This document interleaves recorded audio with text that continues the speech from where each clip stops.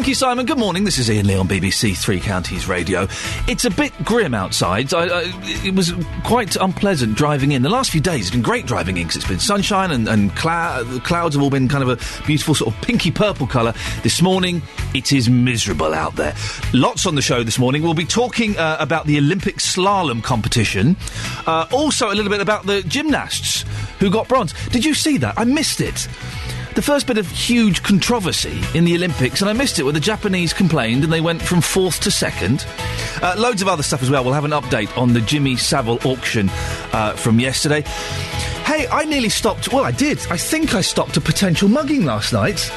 I got all brave and kind of... I didn't really do a lot, but I stood in between a man and a woman when I suspected the man was about to do something very, very naughty. So we'll talk about that later on. And loads of other stuff as well. You can call me, of course, anytime you want. 08459 455 555. You can text 81333. Start your text 3CR.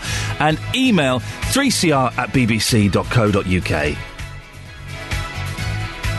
See, there you go, you see. It's too early in the morning for me. I was trying to be all smooth there and flash, and I completely muffed it up. What I was trying to do was this. Call 08459 455 555. 08459 455 555. BBC Three Counties Radio. It was worth the wait. I think maybe I should just throw all attempts at trying to be smooth and professional out of the window. Because it's not going to work, is it? 08459 455 555. Speak to you after Diana Ross. So, I'm really quite enjoying the Olympics, and I've said before, I'm a miserable, grumpy old cynic, and all kinds of sports and enforced jollity I get most grumpy about, and I'm not having any of this. But yesterday I found myself watching... What were we watching yesterday? We had a little bit of the weightlifting, not much. The water polo. And this is going to make me sound like an idiot. I genuinely thought that there would be horses in the water polo. I did. I thought there would be horses and I thought there would be mallets. And I was really excited when I pressed the red button and watched the sports on the red button, because you can just go through it and there are all these bizarre things. And I saw water polo. I was like, yes, horses in water. This is going to be awesome. It was nothing like that at all. It was just some people wearing very strange protective headgear, throwing balls at each other quite aggressively. It's a nasty sport. It's a nasty sport. 08459 455 555. Now, it was day 2 of the Olympic slalom competition at Hertfordshire's Lee Valley Whitewater Centre yesterday. Bedford's Etienne Stott, partnered by Tim Bailey in their two-man canoe, qualified for the semi-finals, finishing the day in 4th place and in good shape ahead of Thursday's finale. Our reporter, Luke Ashmead, spoke to the pair after their second run. Yeah, I mean, I guess with this stage of the competition, it's really just a massive relief to... Get your campaign off to a start and, not falter at the first hurdle. But, yeah, it's really cool. It was an amazing experience to race like that. I think just the crowd noise and support is incredible, something beyond what we've ever experienced previously and perhaps likely to again, really. Does it spur you on? I mean, what was it like, that first moment? It was your debut today, of course, in the Olympic Games. What was it like, Etienne? Well, I mean, it was exciting, but we had a real... careful preparation. We had anticipated quite a lot as to what it would be like, and really the thing that doesn't change is what you're trying to do out there on the river. You've just got to look where you're going, try and get the boat where you want to go, and that doesn't change no matter what race. And we were really, really serious about what we did today. We were very determined, and that's what pulled us through, I think. Of course, the first heat really set it up for you, didn't it? I mean, that was important to set that time. Yeah, I mean, you'd always like to get a banker in straight away.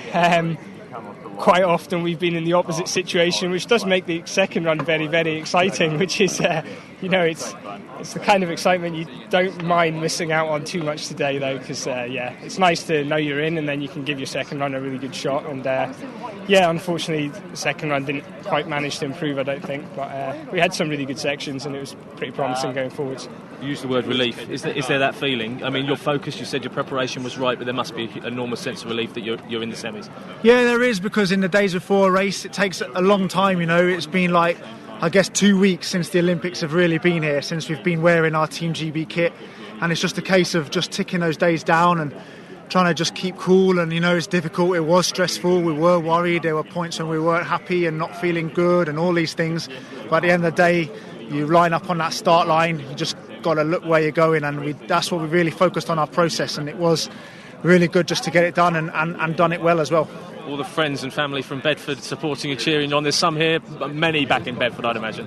Yeah, I guess so. I mean, we've not really looked around the crowd today, but we've heard we've got a lot of support. You know, the stand itself is awesome, and I know a lot of my friends and family are there watching us, and we've acquitted ourselves well and put a good show on for them. And I'm pleased, I'm stoked for them, and hopefully we can keep it rolling.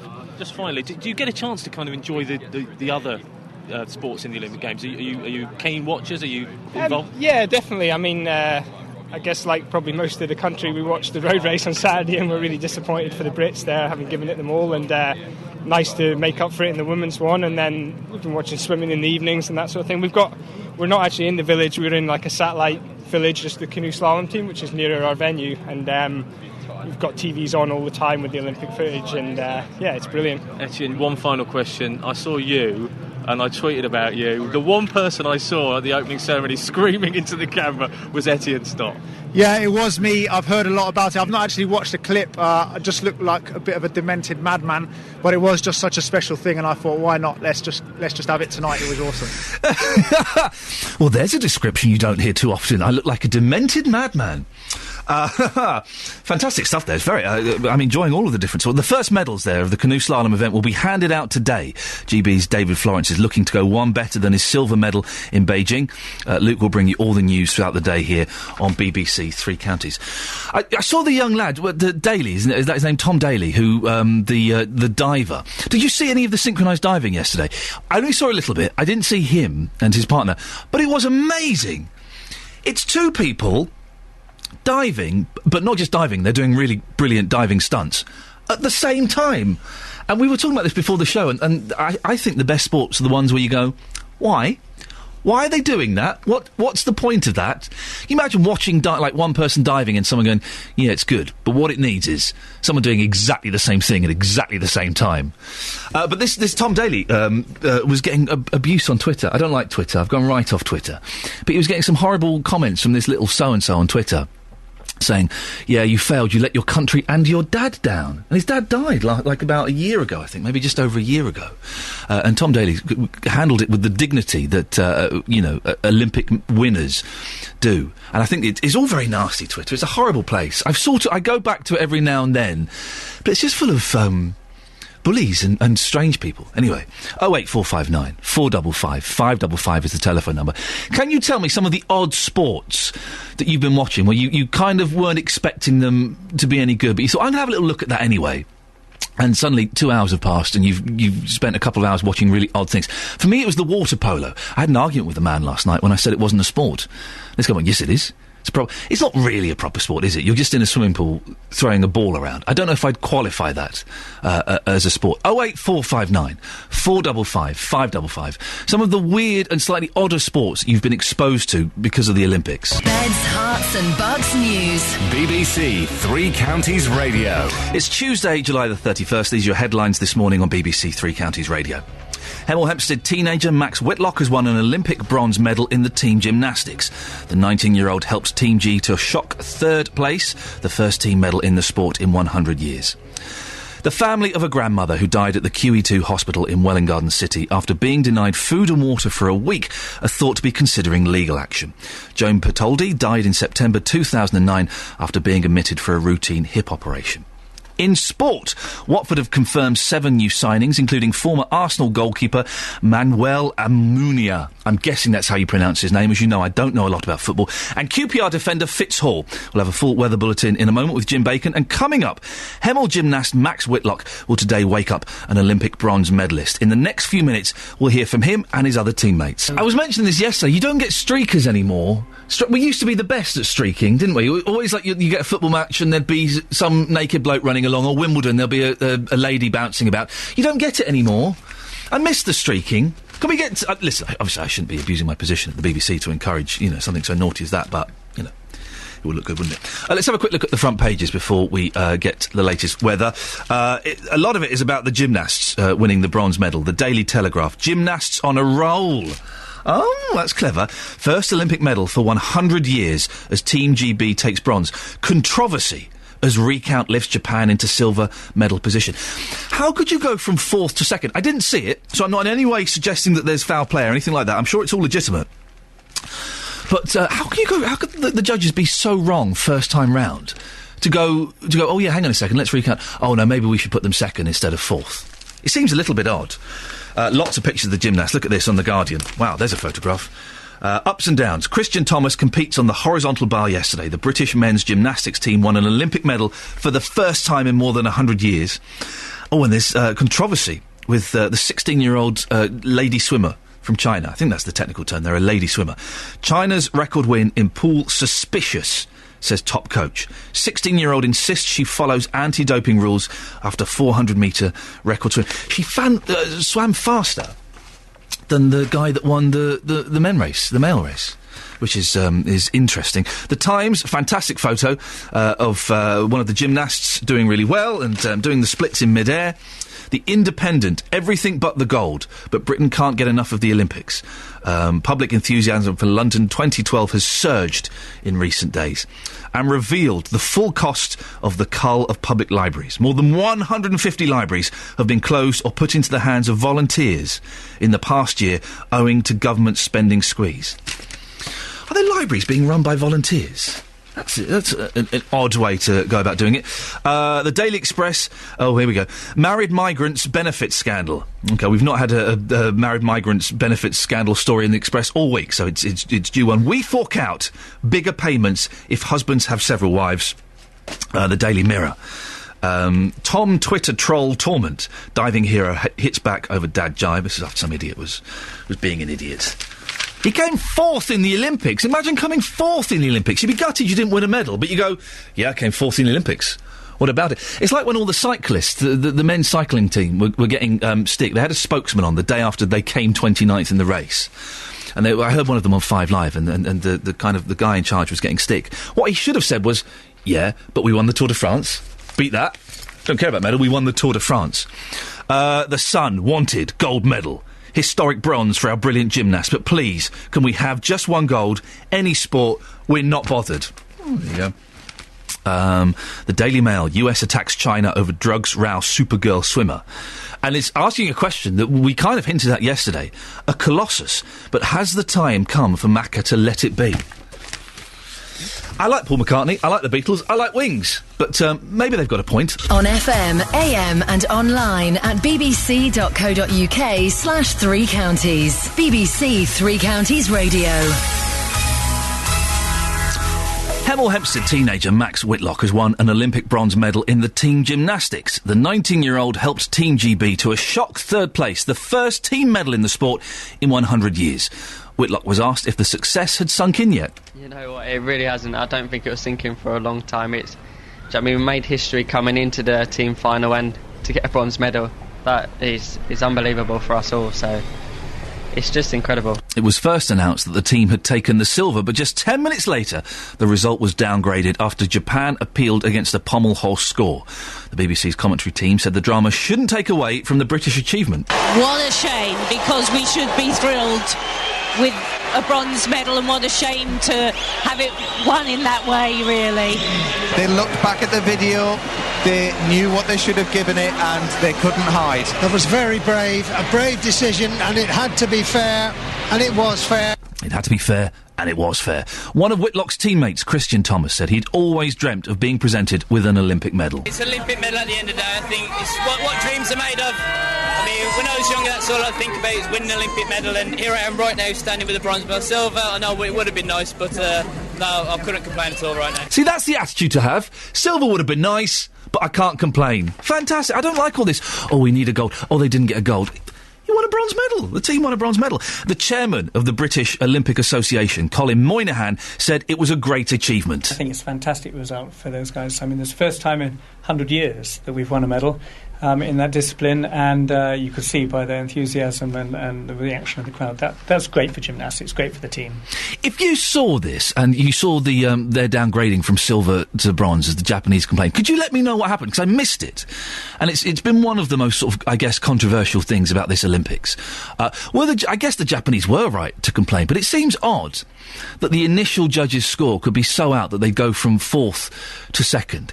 If you saw it, can you give me a call? 08459 455 555. Or you can text 81333, starting your text 3CR. Did you think that it was sporting of the Japanese to complain? Or did you feel a little bit cheated that we had a silver medal and it got downgraded to a bronze? 08459 455 555. Eddie Cochran, 3 steps to heaven. I am being reliably informed that at some point during the Olympic torch-bearing, there was a streaker.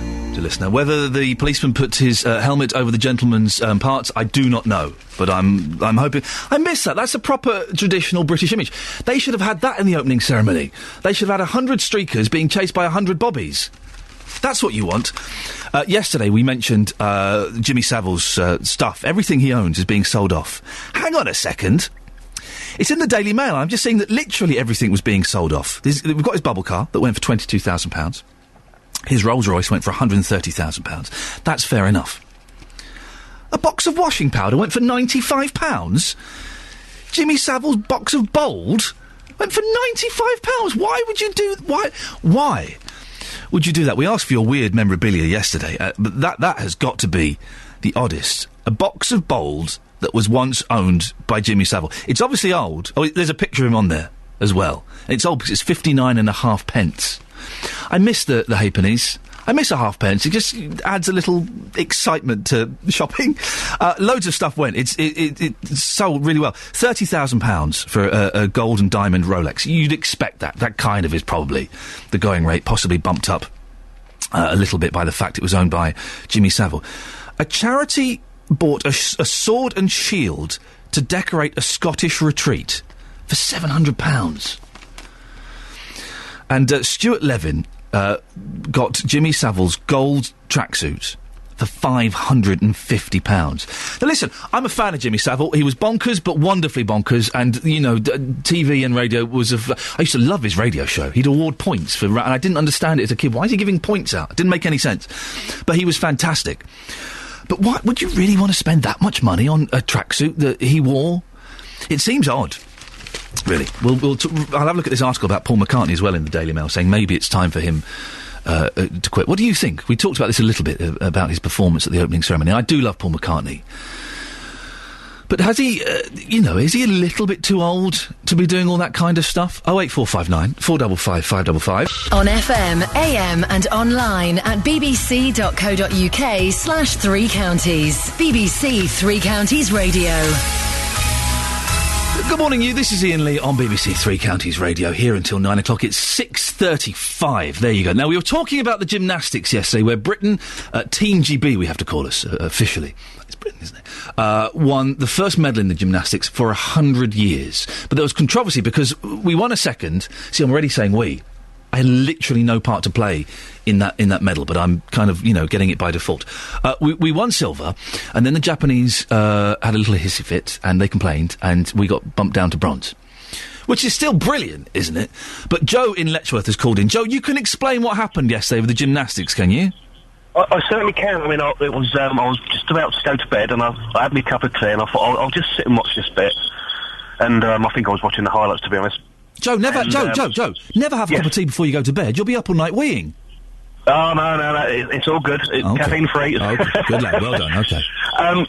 So, basically, the Japanese fella on the pommel horse, he was doing his routine, and you've got to admit, Ian, okay, those guys are just amazing on the bars, on the rings, on the pommel horse, don't you think? I didn't see it yesterday, but what I have seen of it is incredible. Of course it is. Just the strength and the skill involved is amazing. Yes, and basically the Japanese fella, he was on the pommel horse and he was doing his thing where he swings his legs around, and he lost a foot in, and lost a grip on his hand, and then he sort of slipped off. But because he finished his routine early, obviously he got his points knocked down. Yeah. Now what the problem that then the judges had was that they'd obviously then took points off, but what they didn't account for, and which is why the Japanese team then said, look, go back over the footage because that's not fair. Because he landed on his feet, even though he fell off, he still landed on his feet. Right. And so they had to give him the points that they took off for that, you see. But he fell off, though, Joe. Surely in a sport where you've got to stay on something, as you say, swinging your legs around, doing your bit, falling off is a bad thing, isn't it? I know, and to be honest, I looked at it, and when you see all the Japanese team, complaining, you do think, oh, come on, guys, look, this is...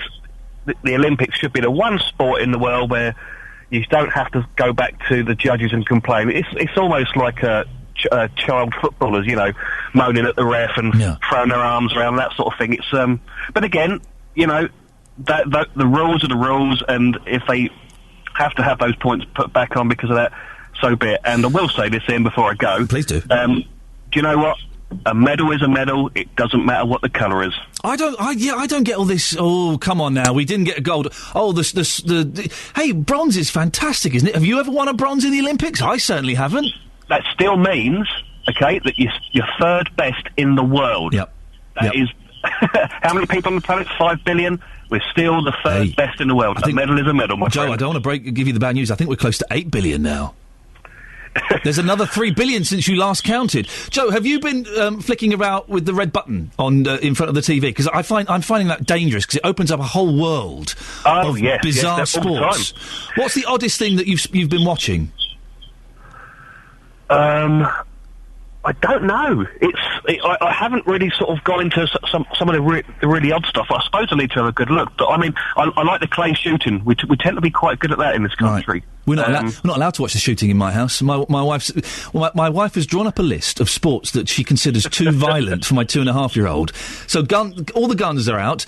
The judo's out. I really want to watch the judo. I love a bit of judo. Not allowed to watch that. It? No, not allowed to. Judo? Missed it. Not allowed to watch it. We've compromised. We're allowed to watch archery, but that I had to fight for the archery because she thought that was aggressive. It's just a pity that the public aren't allowed to watch the archery in the games. There we go. What do you mean the public aren't allowed to watch the archery?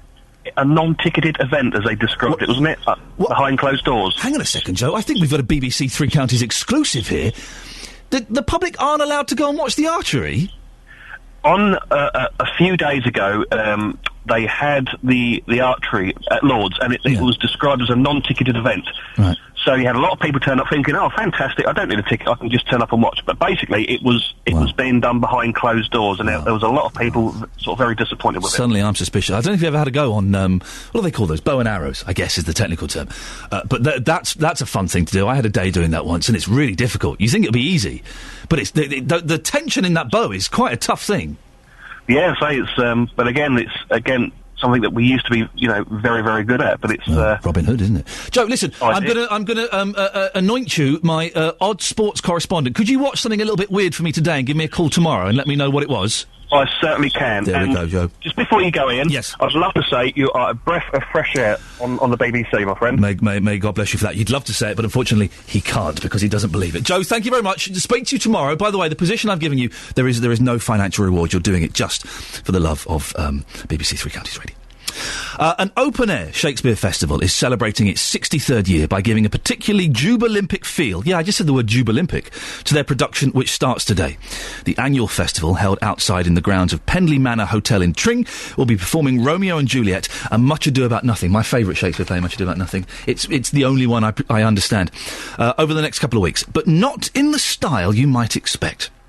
Our reporter, Tom Allnut, caught up with the artistic director, Sarah Brampton, to find out what the festival's all about. But he that had the steerage of my course, direct my sail. Oh, lusty gentlemen! Right through! It's a rather magical annual event that happens in Hertfordshire. So this is our 64th festival, and we're performing Romeo and Juliet and Much Ado About Nothing. What can we expect from those plays? Because people, especially those two plays, know what to expect. They might have seen them before. What's going to be different about these plays? Both the plays this year are quite unusual in that neither play is set in what some of our audience members would call traditional period costume. I'm going to go back to 1945 for Much Ado About Nothing to tap into, I suppose, that Jubalympic spirit which is prevalent at the moment in the country. I was well aware that the dates of the festival were clashing with the Olympics, and I thought that there might be a lot of bunting and some Union flags spare. So we're going for a 1945 feel with quite a lot of Lindy Hop, and I have a marvellous chap, Lee Marsh, who lives locally in Berkhamsted, who is an absolute World War II expert.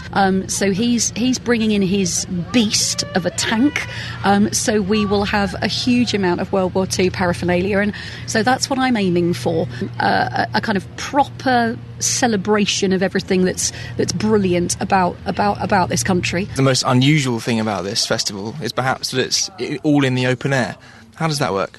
Well, I guess we're pretty at the mercy of the elements, but that's part of the charm of it. I think there's something fantastically British, I suppose, about annual open-air events. It's the same kind of Wimbledon principle that regardless of weather, it carries on. We just have a huge amount of regular theatre-goers who come every year to both plays, are extremely loyal and arrive with galoshes, picnic, thermals, ready for whatever the eventuality. As I drove in the driveway today, I had to sort of veer around a group of peacocks, I think they were.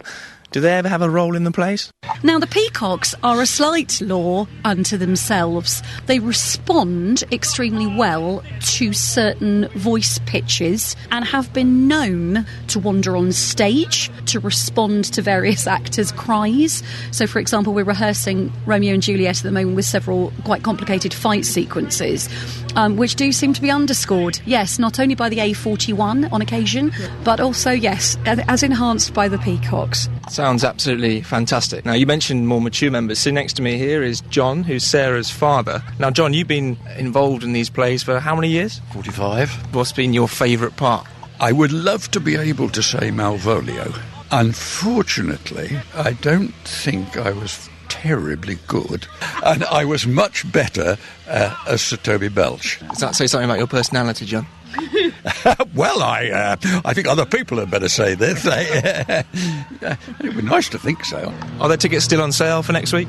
Yes, there are, especially earlier in the week. I'm not quite sure how many of the audience we might lose, actually, depending on whether Tom Daly is being successful on the diving. So, absolutely, yeah, the box office is open and online at www.pendleyshakespearefestival.org, and you can get through to the box office on that number at the hotel, yes. There we go, fantastic. How does open-air theatre work? Well, if it chucks it down, it gets wet. I like a bit of open-air theatre, because... sorry, what was that? Something whispered in my ear there. I do apologise. I like a bit of open-air theatre because you're open to the elements and it's a bit dangerous. And if the peacocks do come and take part, that makes it all the more special, doesn't it? That's a little bit more exciting. 08459 455 555 is the telephone number. Beds, hearts and bugs news. BBC Three Counties Radio. 6:45, Tuesday the 31st of July. These are your headlines this morning on BBC Three Counties Radio. Hemel Hempstead teenager Max Whitlock has won an Olympic bronze medal in the team gymnastics. The 19-year-old helped Team GB to a shock third place, the first team medal in the sport in 100 years. The family of a grandmother who died at the QE2 hospital in Welwyn Garden City after being denied food and water for a week are thought to be considering legal action. Joan Patoldi died in September 2009 after being admitted for a routine hip operation. In sport, Watford have confirmed 7 new signings, including former Arsenal goalkeeper Manuel Almunia and QPR defender Fitz Hall. And your weather across Beds, Herts and Bucks. Misty with patchy rain or drizzle, becoming drier and a little brighter later. The day's maximum temperature is 19 degrees Celsius. Coming up, there was concern yesterday in one town in Bedfordshire as 20 horses turned up on land seemingly abandoned. Our reporter went to find out more, and we'll hear that next. I'm not a massive fan of the 80s, but I love this song. This is a brilliant song, isn't it? This is a fantastic song. I'll shut up now and let you enjoy it. Aha, Take On Me. It's a cracking song, isn't it? You can't argue with that. Take On Me. By Aha. Good morning, this is Iain Lee on BBC Three Counties Radio. It's 6:50. Now this is an interesting story. 20 horses have appeared on council land in Leighton Buzzard. It was thought they'd been abandoned on Ousel Meadow, but now a man has come forward saying they're his. The animals have previously been left on nearby farmland without the farmer's permission, and there are fears about where they might be moved to next. Michael Hodgson, who works at the nearby Globe Inn pub, has been telling our reporter Brendan Murphy how the horses arrived. The whole of my patio here was full of customers, and all of a sudden there was horses walking past. There was the mums and the little foals following behind. And they were just being taken up the footpath to the nearest field. Obviously, my concern was if I had a child running out in the road, that they might get trampled over by one of the horses. So if I was to walk down this towpath here, how long would I be walking for until I saw the horses, do you think? About 5-10 minutes. They're literally just down this road. I don't know whether they've been moved on. OK, so I'm just going to take a walk down this towpath away from the Globe Inn, and let's see if I can find these horses. I've come past the first lock on the river, coming away from the pub, and I've just spotted a horse through the trees. If I look down here, there's a gate leading into this field, and where there is a notice, an abandonment notice, saying that if you are the legal owner or have information regarding the ownership of the equines, there's a number there to ring, and giving 14 days notice for the equines to be removed. So I'm in the field with the horses now. There's been an estimate of about 20 horses. That looks probably about right to me. I've met a gentleman who's walking his dogs through the field. What's your name, sir? My name's Martin. Whenever you're walking through this field here, is this something that you do regularly? Yeah, pretty much every day. And have the horses caused any problems for you walking through the field? No, not at all. It's actually nice to see them down here.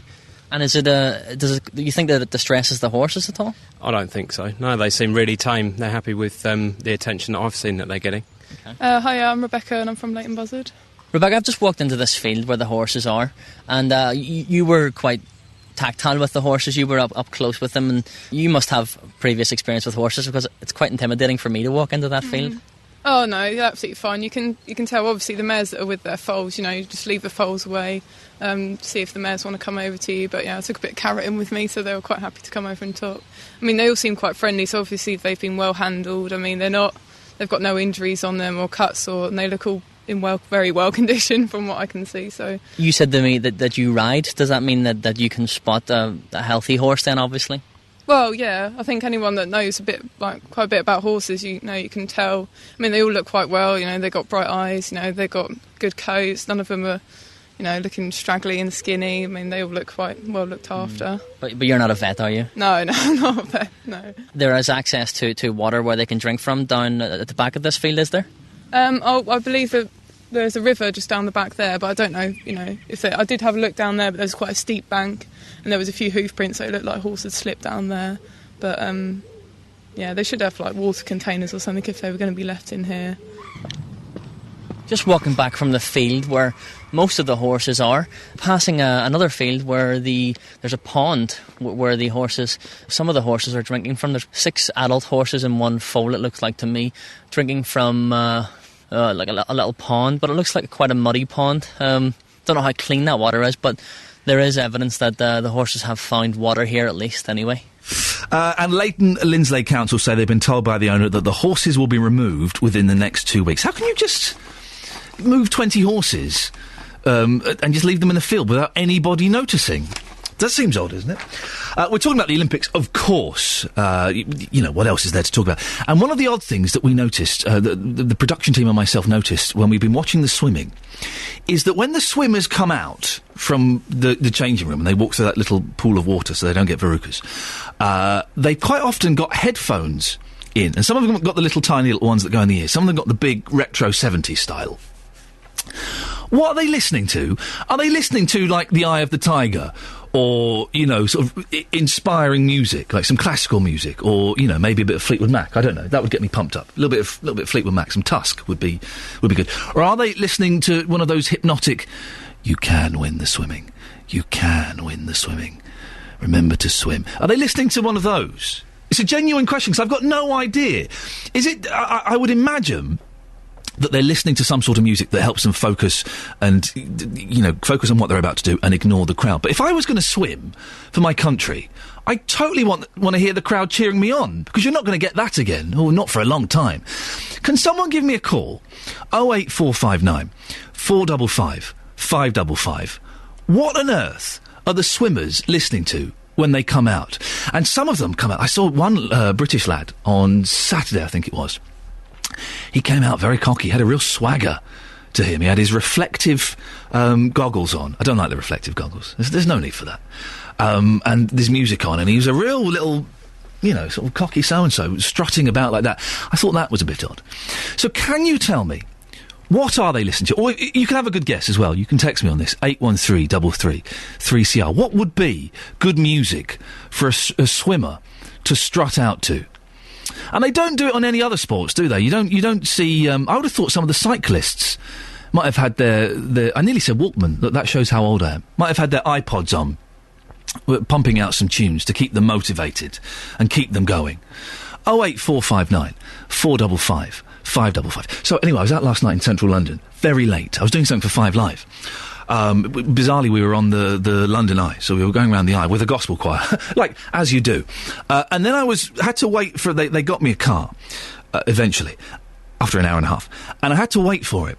And I was with one of the production team, and she had a mobile phone, and she had an iPad. So she's there with an iPad, and we're sort of a little bit away from the wheel. And then these 3 young lads sort of sauntered over, and it was just me and this girl and these 3 lads. I was thinking, oh no, I don't like groups of blokes. I don't like groups of anyone. I don't like people, to be honest. But groups of blokes late at night made me think, oh dear. And 2 of the lads sort of walked behind this girl, and one of them went and stood directly in front of her, really close, and was obviously was so going to snatch her iPad. He was just building up to it. And I'm thinking, I'm the only bloke here. I've got to do something. And so what I did was I sort of pushed my way in between this bloke and this girl. So I'm staring at this girl who I'm with. I sort of know because I'm working with her. And I'm sort of there, and the guy's going, what's your problem? I said, no problem. I'm just with my girlfriend. She was about 22. I'm nearly 40. I'm just with my girlfriend. Why have you pushed in front of me? Oh, no reason, mate. No reason. You don't want any trouble. Away you go. And he sort of started effing and jeffing and using very coarse indoor language and walked away. And the girl said, oh, thank you, Ian, that was, I got really nervous there. I said, yeah, to be honest, if he'd have pulled out a knife, you'd have totally been on your own, because I would have been off. I got very nervous. Have you ever stopped a potential mugging taking place? It was quite unpleasant. And I'll let you know now, dear listener, I'm tall and I'm broad-shouldered, but I'm not the physical kind of person at all. If there's any argy-bargy, I am out of there. You know, without a moment's hesitation. Was that the right thing to do? He went away, and the girl kept her iPad, but part of me was just thinking, why have you got an iPad out? It's 12:30 at night in central London, you silly woman. Put it away. Of course you're asking for it to be stolen. 08459 455 555. Have you ever stopped a potential crime? And how did it go? Did it go well and they backed down and went away, or did it get a little bit nasty? I'll be honest, I was shaking and I was terrified, because I was thinking, if this does turn nasty, there's just me, this girl, and this bloke and his 2 mates, and they could totally have us in a rumble. The fact that I'm using the word rumble means I'm not particularly streetwise in the slightest. 08459 455 555. It's 7 o'clock. Coming up in the next hour, more on Max Whitlock and the fantastic bronze medal from the Team GB gymnastics team. All of that after the latest news and sport with Simon Oxley. Good morning, dear listener. This is Iain Lee on BBC Three Counties Radio, your breakfast show. Here until 9 o'clock. It's nearly 5 minutes past 7. Lots coming up in the next hour. We'll be talking a lot about Max Whitlock, who's this incredible gymnast who helped Team GB get their first medal, Olympic medal, in the gymnastics for 100 years. Imagine that. We'll be speaking to various people connected with that. Lots of other stuff as well. We're asking, what are the swimmers listening to when they come out with their iPods in? What on earth are they listening to? 08459 455 555. If you've seen any particularly left-of-centre sports, slightly odd things, with the red button on your TVs, on your satellite TVs, you can watch anything as it's happening. I pressed it yesterday. They said there are 25 sports currently taking place. Fantastic. It's too much choice. But what odd things have you seen and found yourself glued in front of? Things you'd never imagined you'd have liked. I wanted to see the table tennis yesterday, but I missed it. I love the table tennis. Because you just think of ping pong. You think like going to the youth club and playing a bit of ping pong. But these table tennis champions are incredible. The speed and the skill. It's like tennis, but on a table. How does that work? 08459 455 555. We're here till 9 o'clock. And one of the things, for the rest of this week while I'm doing the show, you can call in any time you want. Either about any of the stuff that I'm talking about, or any of the stuff that maybe you think we should be talking about that we've not mentioned. The way to get in touch, you can email 3cr@bbc.co.uk. You can text 81333, start your text 3CR, or you can give me a call. It's the best way to do it, because we can have a little natter then. 08459 455 555. On FM, AM and online at bbc.co.uk/3 counties. BBC Three Counties Radio. Our top story this morning. Hemel Hempstead teenager Max Whitlock has won an Olympic bronze medal in the team gymnastics. The 19-year-old helped Team GB to a shock third place, the first team medal in the sport in 100 years. We had no expectancies going into this competition. We just wanted to go in there, enjoy it, have fun. That's what we said to each other before the competition, and just go out there and do our best, really. We made history coming into the team final, and to get a bronze medal, that is unbelievable for us all, so it's just incredible. But he said the celebrations would have to go on hold for now. Well, I've got the pommel final coming up on Sunday, so I've got to be sensible up till then, and then I think I might have a burger or two and just really enjoy it, go out and celebrate, have just basically I can eat what I want then as well, really, so I'm really looking forward to it.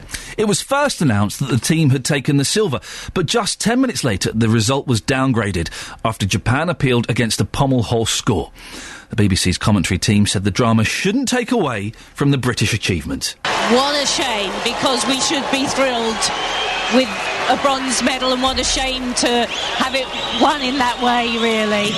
They looked back at the video, they knew what they should have given it, and they couldn't hide. It was very brave, a brave decision, and it had to be fair, and it was fair. We'll bring you more on that in the next 15 minutes. And we've already had someone who called in and explained why the Japanese appealed. But the Japanese fella fell off the horse. He landed on his feet, but he fell off the horse. Is that really good enough to win a silver? We'll talk about that more a bit later on. 08459 455 555. But first, let's turn our attention to the grandmother who died in a Hertfordshire hospital after being denied food and water for a week.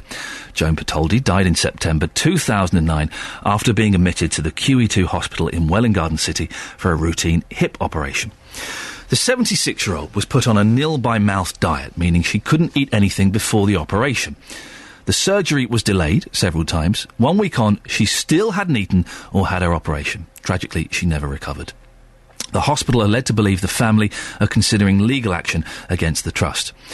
Gary Fitzgerald from Action on Elder Abuse told BBC Three Counties Radio that legal action should be taken against the individuals who let this happen in the future. If we had an older person who was mugged on the street, we would be outraged if they were seriously hurt, and we'd be calling on the police to take immediate criminal action. If something similar happens to someone in a hospital ward, the regulator will give them 14 or 28 days to say what they're going to do about it.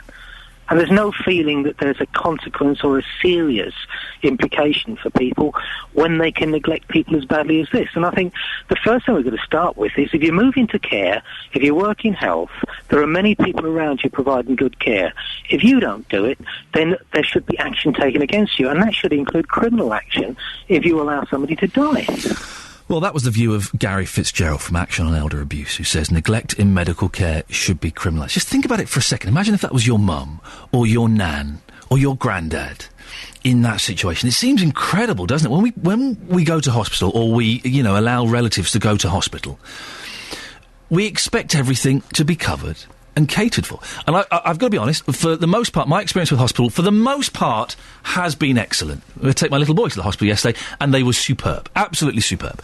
I have seen one or two things that have left me scratching my head, though. Peter Gibson is from East and North Hertfordshire NHS Trust and joins me on the phone now. Good morning, Peter. Good morning. Peter, this is obviously a very tragic case. The coroner gave a narrative verdict, but the question is, how is it that a 60-year-old woman was left to undergo an operation when she was so weak and denied food and water? She didn't have anything to eat for a week. Well, look, I'm not going to defend what happened back in 2009. Just a couple of clarifications. One, it wasn't a routine operation. She'd actually fractured her hip, and it was an emergency operation that has to happen within 36 hours. But the problem we had back then was that the unit that does it also did emergencies. Real emergencies, life-saving, trauma, crash, car crashes, that sort of thing. And the problem was it kept getting cancelled because of other operations. Now, she was on a drip, so she was hydrated, but they did keep her nil by mouth, which today wouldn't happen. Peter, sorry, let me interrupt. That will undo that. And there were thorough investigations at the time, and everything has been changed. Peter, can I just say, there are two things you mentioned there. You said it wasn't a routine operation, so why was it kept getting put off? Because, and if it was kept getting put off, why didn't they give her some food? Well, as I said, what happened back then was not acceptable. I can't go back and unchange it. No, but I'm just asking why. I'm just asking what the situation was that allowed that operation, that, as you say, wasn't routine, to be postponed for so long, and for no one to go, hang on a second, maybe we should give her some food and water. Exactly, and that's what has been changed. But why didn't it happen then? That's what I'm asking. Well, the answer is 3 years ago. I'm not standing there. You're not standing there. Why they made those decisions? All I can say is today that doesn't happen. And but I would hope hugely.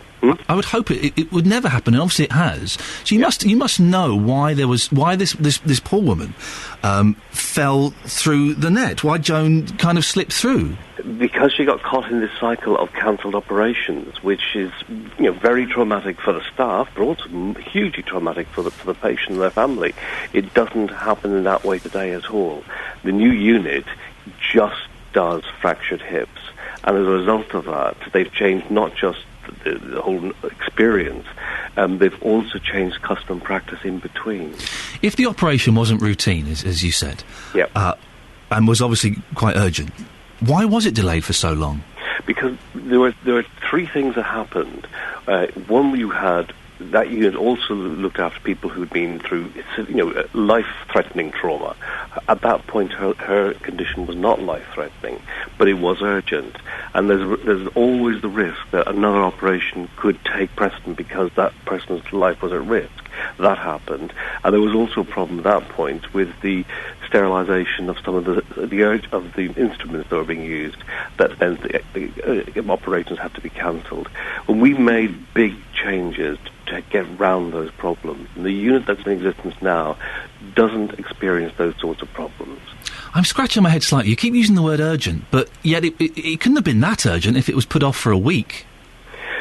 Well, the guidance for fractured hips is that your operation must take place within 36 hours of being admitted. So why was this a week? Because the cancellation started to happen. That's what I'm saying. The guidance is there. But you're contradicting yourself. The cancellations came in place. I'm not going to sit here and say what happened back then was right. It wasn't. Of course it wasn't. And we have made big changes with the new units of the QE2, where, the latest information for June was that over 70% of the patients admitted for fractured hips had their operation within 24 hours. The rest were within 36 hours. There were a handful of patients who didn't, but they had other clinical complications, infections, underlying medical problems that had to be addressed first before the operation could take place. But the vast majority within 24 hours. And that's great, but sadly too late for Joan Patoldi. We've never, ever, we've apologised to the family back then. Since then, there were 2 internal investigations. There was the response to the coroner's inquest. We've never, ever shied away from the fact that back in 2009, Mrs. Patoldi's care was not good enough. Peter, thank you very much. That's Peter Gibson from East and North Hertfordshire NHS Trust, commenting on Joan Patoldi, who died in September 2009 after being admitted to the QE2 hospital in Welwyn Garden City. This is Iain Lee on BBC Three Counties Radio. Beds, Herts and Bucks News. BBC Three Counties Radio. It's Tuesday, July the 31st. These are your headlines this morning on BBC Three Counties Radio. Hemel Hempstead teenager Max Whitlock has won an Olympic bronze medal in the team gymnastics. The 19-year-old helped Team GB to a shock third place, the first team medal in the sport in 100 years. The family of a grandmother who died at the QE2 hospital in Welwyn Garden City after being denied food and water for a week are thought to be considering legal action. Joan Patoldi died in September 2009 after being admitted for a hip operation. In sport, Watford have confirmed 7 new signings, including former Arsenal goalkeeper Manuel Almunia and QPR defender Fitzhall. We'll have a full sports bulletin with Simon in 15 minutes, and we'll have weather soon with Jim Bacon.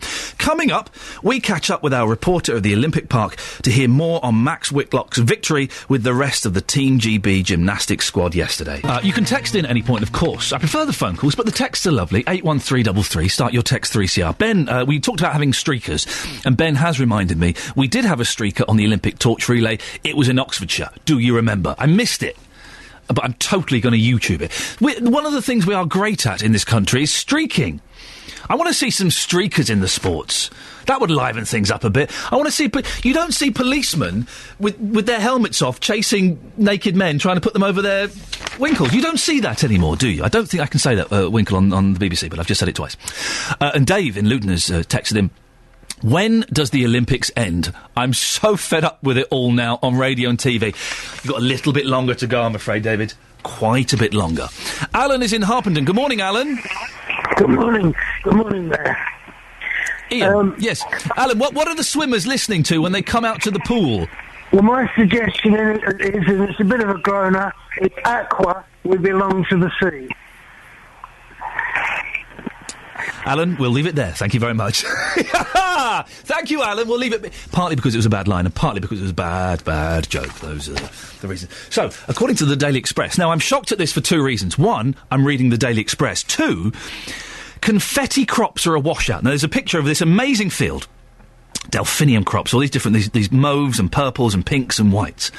And because of the rain, the confetti crop this year is at an all-time low. I thought confetti was just paper. I didn't know you could buy... There's like... Hang on a minute, that means that my family were quite tight at my wedding. Because they just chucked the paper stuff. I didn't know you could get flour confetti.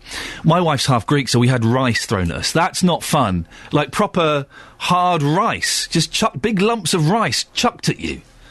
You've just come out, you've just got married, and you've got a load of people, some of whom I can't understand. And one of the joys of going on holiday with the family in Greece is they all speak Greek. I don't speak Greek. I had lessons. The Greek language is the hardest language in the world. Ta Ellinika είναι περίπλοκα. It's ridiculously hard, right? So we go on holiday to Greece for 2 weeks, and I just take a load of books, and I can just sit there reading books because my wife and all her family are talking in Greek. And every now and then, one of the Greek cousins or something will say something in sort of English to make me feel involved. And I go, yeah, no, thank you. Back to the book. It's wonderful. 2 weeks of pure peace. But the confetti crops are suffering this year because of the bad weather. I didn't know you could get proper flour confetti. I feel a little bit cheated by just having the paper stuff. The thing about confetti as well is it never works, because you throw it and it always gets caught in a gust of wind and comes back and hits you in the face, so you end up with confetti. It seems like a fun thing. Hey, we got some confetti. You want some confetti? They're going to come out. We've got some confetti. It's like someone's passing around a hip flask or something. We've got some confetti, but don't tell anyone. We're not meant to throw it outside the church. And then you get armed with your confetti and you chuck it. But it never lands on them. Hey, another thing I didn't know is that at Greek traditional weddings, what they do is you kind of dance around with the bride and the groom dance around, and they pin money on the dress. Now, no one told me this, right? So we had like a traditional English Christian wedding. We're not particularly Christian, but we did it in a church, and we kind of had that sort of thing. And then afterwards, my mother-in-law, who's Greek, said, "So why didn't you go for the Greek wedding?" I said, didn't really fancy it, because we were all going to pin a load of money on the dress. What? Why didn't you tell me? Some of her relatives, they're quite well off. Why didn't you tell me you were going to pin money on her dress? Of course we... Is it too late to change it? Unfortunately, it was too late. It's 7:21. It is all about dodging showers. The weekend was weird, wasn't it? Sunday was odd. 1 minute brilliant sunshine, then it was chucking it down, then it was brilliant sunshine, then it was freezing. It was all over the shop. It wouldn't make its mind up. 08459 455 555 if you want to give me a call at any point this morning. Team GB won a medal for gymnastics for the first time in 100 years. Yesterday, Hemel Hempstead teenager Max Whitlock helped the team to win the Olympic bronze medal. He was asked if the success had sunk in yet. You know what, it really hasn't. I don't think it was sinking for a long time. We made history coming into the team final, and to get a bronze medal, that is unbelievable for us all, so it's just incredible. We can talk now to our Olympic reporter, Mark Shardlow. Good morning, Mark. Good morning. Now, I'm not a huge follower of gymnastics or any sport. This whole Olympics has opened up my eyes to a whole new world, Mark. But how much of a surprise was this medal? It was a big surprise, really, because Britain hadn't won a team gold for the men for a team medal for 100 years. So that's the context. You know, it's history, really, in the making. Incredible. And when they did win the last medal, gymnastics was just a sort of pommel horse jumping event, nothing like it is today. I love the way you said pommel horse with such contempt, Mark. It was fantastic. Remind us what happened, because I was sort of looking on Twitter, and first of all we got a silver, didn't we? And then what happened? Yes, the Japanese had got penalised for the dismount on a pommel horse. They appealed. Britain had silver for around half an hour, but the appeal was upheld and it went back down to bronze. But let nothing take anything away from the likes of Max. What an achievement from those 5 lads. But the Japanese fella fell off the horse, didn't he? Now, I don't know much about gymnastics, but surely that's a bad thing. Well, I'd have thought it's a bad thing. I'm not the gymnastic expert either, but I put my faith in the judging and the judges' system, and he must have performed pretty well whilst on it. And when he came off it, well, I guess that didn't count so much. I suppose it's the line of when the routine is over or not that counts. I feel sorry. I think it was the Ukrainians who were bronze, and then they got bumped down to 4th, and just a pat on the back. That's the hardest position, isn't it? When you think you've got a medal for a moment. I mean, I think the lads, as they said, you know, silver would have been amazing, but bronze was still just beyond their dreams. Well, there have been some of the paper saying it's not good. We've not won any golds yet. Hang on a second. We've won winning any medal in the Olympics, Mark. I don't know about you, but if I won anything in the Olympics, I'd be more than happy with that. My mum would be proud. That's the main thing. Well, I just think the inspiration, you know, you've got a local lad, Max, who trains down at the Basildon Sporting Village, and all the people who go down there on the gymnastic classes from, you know, tiny tots to the older ones. How inspirational is that for them to know that an ordinary lad from their club can go to the Olympics on the world stage and get a medal for the first time in 100 years. That is staggering. It is exciting. Now, you spent all of yesterday in the aquatics arena. What were your highlights? Yeah, I'm here again this morning where you might just hear they're doing a few running repairs. The highlight was a gold for a British schoolgirl called Ruta Melatute, except she swims for Lithuania. Oh! Yeah, she's a sensation. I don't know if you saw her last night. She was blubbing away like anything on the podium with her gold medal. It was an amazing surprise, and she moved to this country 3 years ago with her dad. And Mum died when she was small in a car crash, and Dad came over here for a lifestyle change. She was picked up by Plymouth College, trained in this country. Her coach is British, the structure's British. She just doesn't swim for this country. And also her school buddy Tom Daly goes to the same college, and Tom was heartbreakingly close to a medal. He finished 4th in the diving, an agonising position after messing up his 4th dive with Pete Waterfield in the synchronised highboard diving. They're obviously doing something right at that college then, if they've got 2 champions. That girl was 15 years old, and I was listening on 5 Live last night, and they played the reaction of her schoolmates who watched it when she won the gold medal, and they went bonkers. Imagine going back into school at the start of term in September. What did you do in the school holidays? Oh, I played on my Spectrum and watched Knight Rider. What did you do? Oh, I won an Olympic gold medal. It's incredible. She's 15. Yeah. Do you have... Mark, you probably don't know the answer to this, but do you have any idea what the swimmers are listening to on their headphones when they come out? You know what, I'm looking at, what I think it's a diver who's just come down to the pool ahead of me now. It's a British diver. It might be Tanya Couch, because she's in the pool later today. She's got those headphones on. I think some of them like the beaty beat music. Oh, right. That always used to be the sort of stuff they want, you know. But now I'm hearing that one or two are actually favouring something more calming as they come out, a bit more of Adele, just to sort of relax themselves. Mark, maybe that's why we haven't got golds, eh? You have a young man's voice, but you have just given yourself away as being a very old man by using the phrase beaty beat music. Any more medals on the horizon? What's happening today? Yeah, I'm looking at the eventing this morning. We're in silver, and if we can just overhaul those Germans, then it could be gold after the show jumping discipline. The team and individual come on Zara Phillips. We've got Couch and Barrow on the diving board this afternoon. We've got the women's gymnasts at tea time with Beth Tweddle, but it's the team event. Not sure we're going to get a medal there. And also later today, David Florence in the canoe slalom. He could be the man getting the first goal for Team GB. Mark, fantastic. No doubt we'll speak to you again later on in the week. That's our Olympic reporter, Mark Sharver. And I was on the London Eye last night, doing some nonsense. And at the very, very top, you could see into Horse Guards Parade, and you could see them playing beach volleyball. This was like 11:30 at night. And it kind of, I'm really gutted that I've not got any Olympic tickets now. I'm really kind of thinking, I wish I got something. Terrible mistake of me not to get anything. I'm still looking to, I'm finding out exactly when my little boy is going to be away on holiday, and we're still going to hopefully get some tickets for the Paralympics. And if you've been kind of thinking, well, the Olympics tickets, they're a bit expensive. Paralympics tickets, they're 10 quid, 20 quid, superb. Because I don't want to spend £75 on a ticket for my 2.5-year-old boy, because he'll get bored after 20 minutes. But if you're spending a tenner, 20 quid, you can kind of justify that, can't you? Across beds, hearts and bucks, this is BBC Three Counties Radio. Thank you very much, Simon. It's 7:35. This is Iain Lee on BBC Three Counties Radio. There's a report in the Mirror. Top tips for getting to sleep. We'll go through that later on, because I'm struggling to sleep at the moment. You would think that doing a show like this, where you have to get up at 4, and that I would sleep really well. I'm sleeping terribly. If you've got any sleeping tips, could you let me know? There are 21 tips in this report in the Mirror. They're all a bit rubbish. Check your mattress. What? It's a mattress. If you have any sleeping tips, 08459 455 555. And don't say drink chamomile tea. It doesn't work. It just makes me want to go to the toilet all night. So, any tips? 08459 455 555.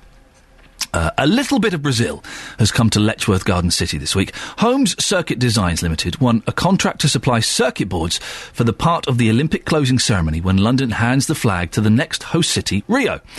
As the team worked to meet a 2 p.m. deadline for the dress rehearsal, our reporter Richard Williams was there. Gene, we're down in the surface mount area. We're standing next to a very big machine. You're one of the directors of the company. A lot of late nights and early mornings at the moment for you. Just explain to us, what is this machine doing at the moment? What's happening here is Stuart's setting up the machine. So we've got a large machine which takes the bare circuit board. It's all programmed to pick up the components from their trays or the tape or whatever they're delivered in and place them in the accurate positions on the board so that they're ready for the next stage. Stuart, we're in the hand-build assembly area. You've got a board here. This one's going out at 2 o'clock. What's going to happen now to it? Well, now all the surface mounters have been completed downstairs on the machine. This is now going to be being brought up to the hand-build assembly area. We'll have a couple of operators, stroke inspectors, who will actually have a look over the board to ensure that the solder joints are correct. And how many boards of these are you going to be making today? On this particular variant, we're doing 120. To be out by 2 p.m? To be out by 2 p.m. Carol, you're also one of the directors here. Tell us about how you've got the job and when you found out. Well, we had a call a week last Friday and a tip-off that we might be required to do some work. It's basically through an engineer we know through the University of Middlesex that we've done work for in the past. He's working with somebody who's working on the closing ceremony of the Olympic Games, and they've been let down dreadfully by their PCB supplier. They basically asked us, can you help us out? Will you help us out? It means long hours, lots of boards, tight deadlines, and we said of course we can. This is like the test area to where we actually just do a quick test before we send it out to the customer. Here we can see we've got like an LED strip board, so what we'll do is we'll connect it all up to the power supply, set the voltage and the amperage. Once that's correct, we just then flick the button and then we just make sure all the LEDs come on, which they all do on that one. Since we got the order last Wednesday, we've delivered over 700 boards so far. By the time the order's complete this Wednesday, it'll be almost 3,000 boards, with the 1,500 remaining being delivered on Wednesday. Here we are on the final stages of the board preparation. So they've gone through the surface mount, they've gone through the conventional. So at the moment, these two lads, got Zbigniew and Grant, they're actually cleaning the boards now. Just making sure they're nice and clean to our standard before we ship them out. We're up to board number 80 of 120 for our delivery for this afternoon at 2 o'clock. Gene, you're actually going to be taking the 120 boards this afternoon. This is all very secretive. What do you know about where you're going this afternoon, and what do you see when you get there? Not very much. A big empty warehouse with lots of black screens up. We go there, we drop the boards off, and we're escorted all the time. And this is because tonight there's a dress rehearsal at this location. Yeah, they're having a major dress rehearsal today, which is why we need to get these boards to them this afternoon. The fact that we got this order last week, we're completing it to all the deadlines, to a high quality, shows that British companies can actually showcase on a global scale. We can compete with the other countries and we are being used more and more for that level of work. It's important for us to use our existing staff base. One, because it's nice to reward them with the overtime available, which has been very difficult to give them in the current economic climate. And two, we know and trust our existing staff base. We work on fast turnaround, technical boards. We're not going to get a second chance at these, so you need to have your team that you know and trust. What do you actually know about where your lights are going to be used? We believe they're being used in the costumes and the special effects and the props for the 8-minute segment that the Brazilians, Rio de Janeiro, have at the end of the closing ceremony. Will you be watching on the night? I certainly will. Fingers and toes crossed, and then celebrating afterwards. Do you actually know if you're going to be able to be there on the night yet? I'm hoping we can. And if we can't, then we're going to have a massive staff party to celebrate our achievements. And they are an achievement, really. What we've managed to do in the last week has been fantastic. And all the staff have pulled together. And I'm very, very proud of them. Oh, good for them. It's good to hear a local business doing well. You did think, though, when the guy was talking to the reporter, Richard Williams, we've got to get this done by 2. He was kind of saying, yeah, could you stop interviewing me now, please? I've actually got to get this finished. Superb stuff there. That's Home Circuit Designs Limited, who are building circuit boards for the closing ceremony of the Olympics. 08459 455 555 is the telephone number if you want to give me a call. I'm looking for your sleep tips. I'll go through this list that's in the Mirror. A lot of them I'm not convinced by. But we'll do that in a minute. Let's go to Ophelia in Luton. Good morning, Ophelia. Morning. How are you? I'm all right. Do you know what? I didn't get much sleep last night, which is why I'm looking for sleep tips. Have a sauna. Sorry? Go to the sauna and... Are you inviting me? No. Oh, sorry, I misunderstood. I do apologise. Would that help, Ophelia? It does. Okay. Have a good swim, sauna, and then sit in a room with a load of naked, sweaty men. That's going to help me sleep, is it? No, it steams and relaxes you, make you feel tired when you come out. I'm never sure of the etiquette in saunas, because in some saunas you're meant to be naked, and in some you're not meant to be naked. And it's always, you've kind of got to peek through the window to see the lay of the land, so to speak. You can have a notice, if you can strip right down. But men aren't bad, you get a little nice steam, put a bit of salt on your body, sea salt, to make your steam even further, clear your pores, sniff a bit of eucalyptus oil, okay, yes, and clear your nostrils and your head. When you come out, you'll be heading for your bed. Ophelia, this is fantastic. I'm heading for somebody's bed. Are you? I didn't mean that. Inappropriate. How do you know all this stuff? Are you kind of some sort of relaxologist? Is that a word? No, I've always been using sauna since I went to Turkey on holiday. Right. And it was really soothing. And then I just, most gyms, I don't really join a gym unless it's got a sauna. Right. And women talk, you get little tips from this person and that person. Oh, really? Yeah, it's a good meeting place. How funny, because men do not talk, we don't even look at each other. And if a man comes in and starts talking, you're like, no, don't talk to me, exactly. Don't talk to me. Yeah. Ophelia, this isn't what you've called in about. You called in about confetti. Confetti, yes. You seemed a bit surprised about confetti. A lot of people use confettis in weddings. You sometimes see they give it to children just as the bride's come in. They pave the floor with it. Well, I know what confetti is. No, but how it works is far better than if you have real confetti, you would never really want to go back to paper confetti. Really? Because when you throw it up in the air, it actually floats down like leaves falling in autumn. Oh, see, that's nice. And it's like a slow motion, and you actually really get to walk through it. Yeah. And it's beautiful. The way it falls and it lands on you, then it drifts on the floor. It's really expensive, but worth it. Because the paper confetti just comes straight back in your face. It does. Did you hear we had nice big petal leaves? We had rice at our wedding. Ooh. It just meant that we got it stuck in our hair. So all of the photos after we've left the church, it's just me and my wife with rice in our hair. Oh, that's a good omen as well. For what? It's a sign of rice. It's a sign of blessing that you want the person to be rich, fertile, and happy. You are one of the most optimistic people I have ever spoken to. And for that reason, Ophelia, I hate you. Oh! No, I don't. I'm still listening to you. No, I don't hate you. Fantastic. Ophelia, thank you very much for calling and being a good sport. Bye-bye. 08459 455 555. The sauna's going to help me sleep, is it? I need something. If you've got any tips, you can text them in 81333. Start your text 3CR or call in 08459 455 555. I don't really hate Ophelia. She was an excellent sport and a lovely caller. That much optimism at 7:45 in the morning. I struggle with that. It is 7:45 in the morning. Beds, Hearts and Bucks news. BBC Three Counties Radio. It's 7:45, Tuesday the 31st of July. These are your headlines this morning on BBC Three Counties Radio. Hemel Hempstead teenager Max Whitlock has won an Olympic bronze medal in the team gymnastics. The 19-year-old helped Team GB to a shock third place, the first team medal in the sport in 100 years. The family of a grandmother who died at the QE2 hospital in Welwyn Garden City after being denied food and water for a week are thought to be considering legal action. Joan Patoldi died in September 2009 after being admitted for a hip operation. In sport, Watford have confirmed 7 new signings, including former Arsenal goalkeeper Manuel Almunia and QPR defender Fitz Hall. The weather for Beds, Hearts and Bucks is not great today. I do apologise. Misty, with patchy rain or drizzle, becoming drier and a little brighter later. The day's maximum temperature is 19 degrees Celsius.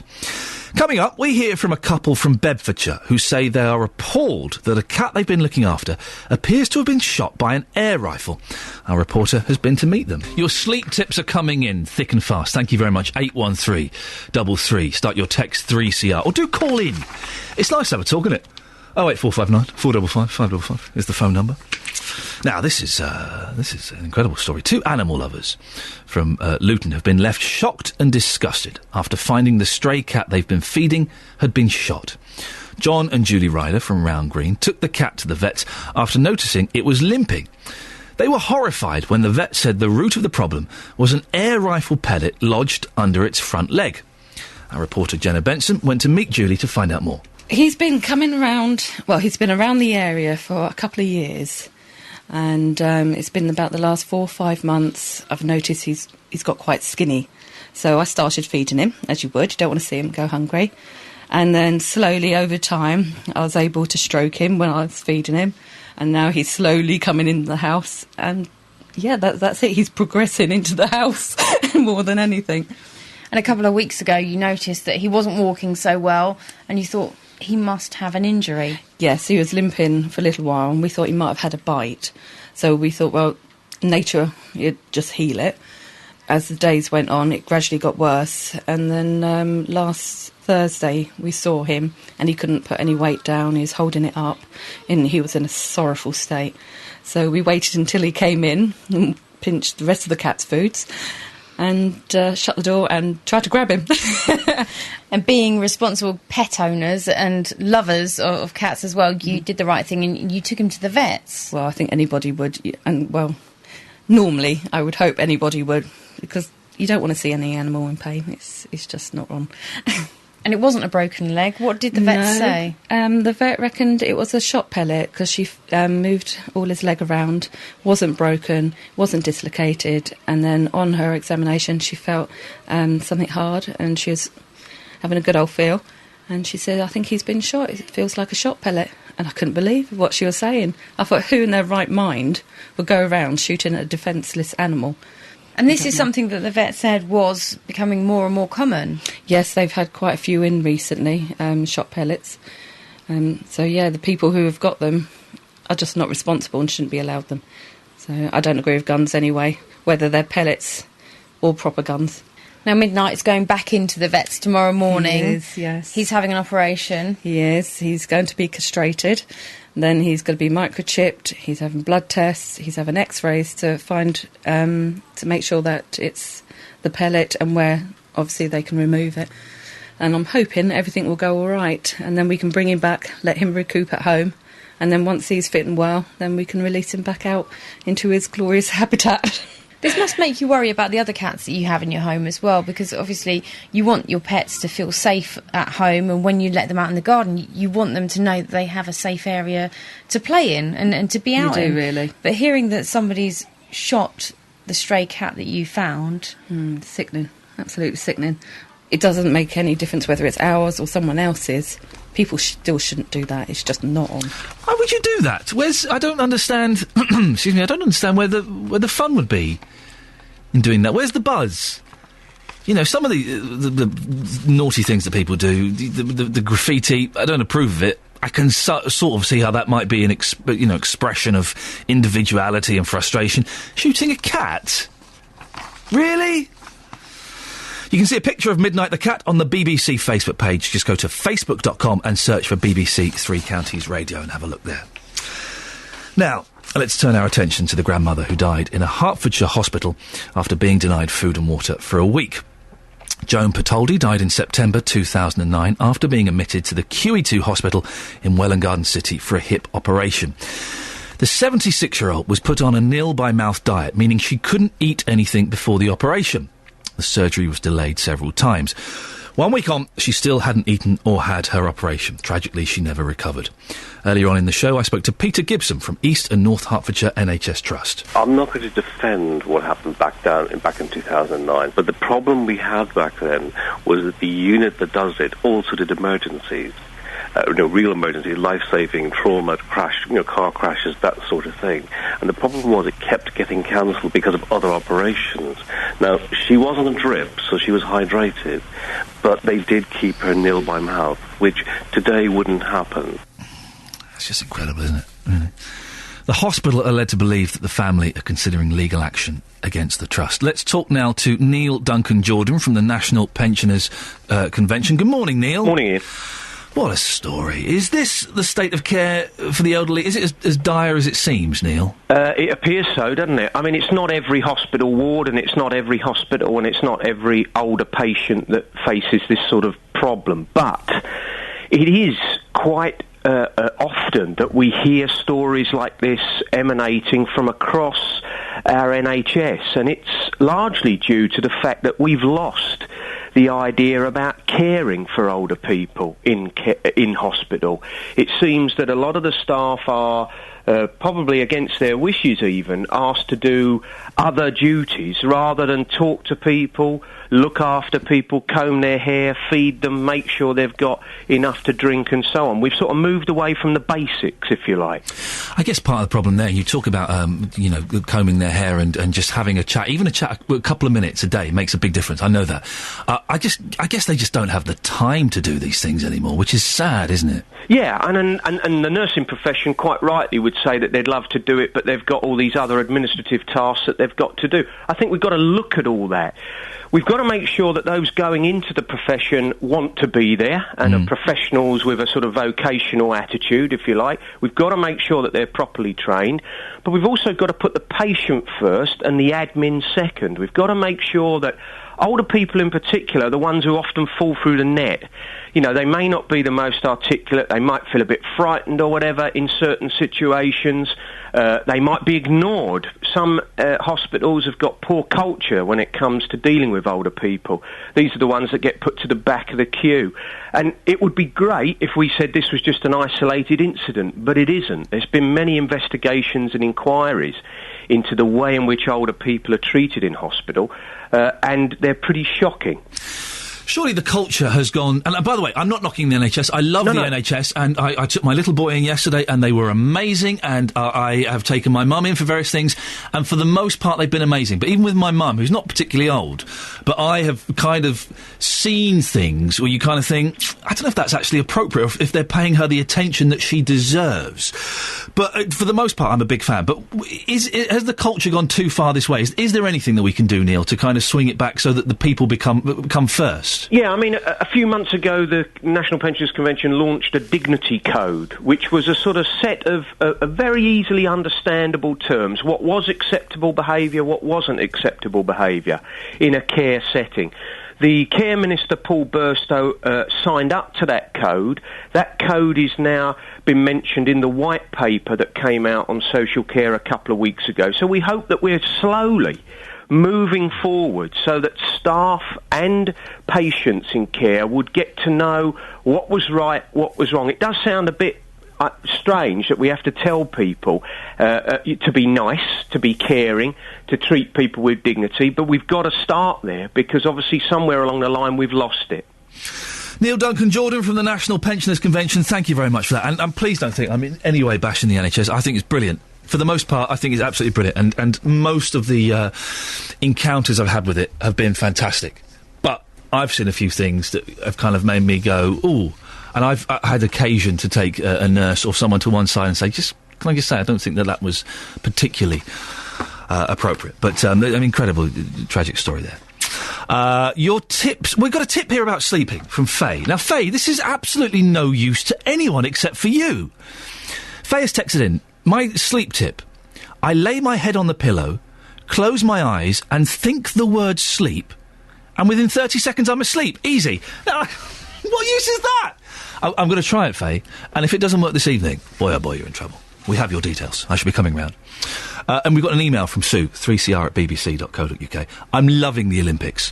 One pleasure is seeing our 13-year-old son take an interest in the archery, which he now wants to take up, having tried it a few times before. I tried archery once. It's brilliant, but enough. It looks easy. Just pull that back and fire off. The proper bows are really heavy, and they're massive.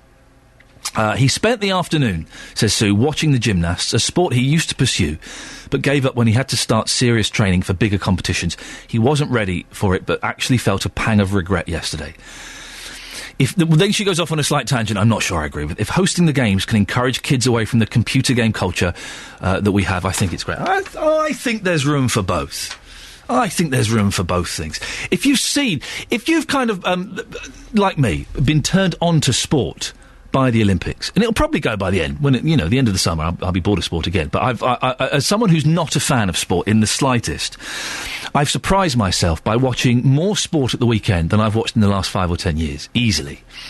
If, like me, you're a bit of you're not a fan of sport, but you've been swung round, give me a call, 08459 455 555. And if you've been playing about with the BBC or on the radio or with the red button, and you found something, a sport that you hadn't even heard of or weren't particularly interested in, then can you give me a call and let me know what it is? Maybe you think there's something that's people haven't really picked up on and noticed.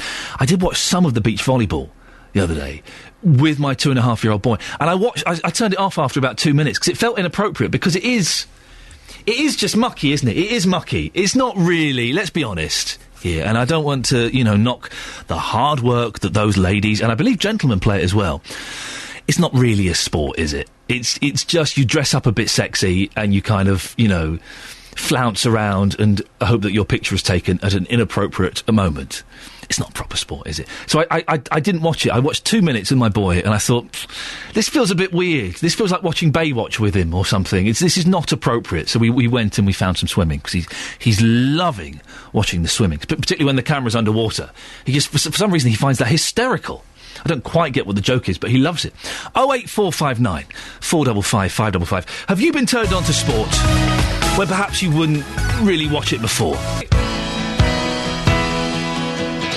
Coming up in the last hour of the show, I will go through these tips that the Mirror give out for sleeping. And any tips that you've got, 08459 455 555. More on Max Whitlock's amazing success at the Olympics. All of that after the news with Simon.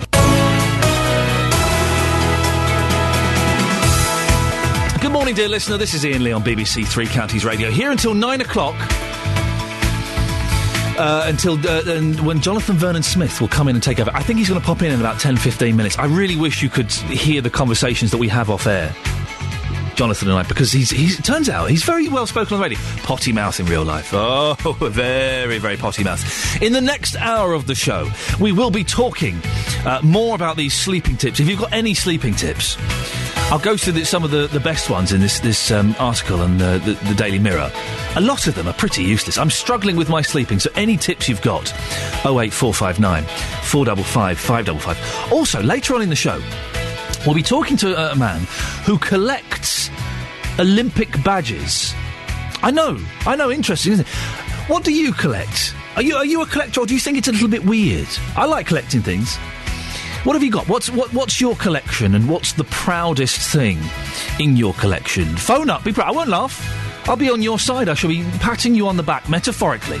08459 455 555. You can, of course, text me, 81333. Start your text 3CR, or you can email 3cr@bbc.co.uk. On FM, AM and online at bbc.co.uk/3 counties. BBC Three Counties Radio. Now, I missed the gymnastics yesterday. I'm tempted to go back and have a look because apparently it was fantastic. Hemel Hempstead teenager Max Whitlock has won an Olympic bronze medal in the team gymnastics. The 19-year-old helped Team GB to a shock third place, the first team medal in the sport in 100 years.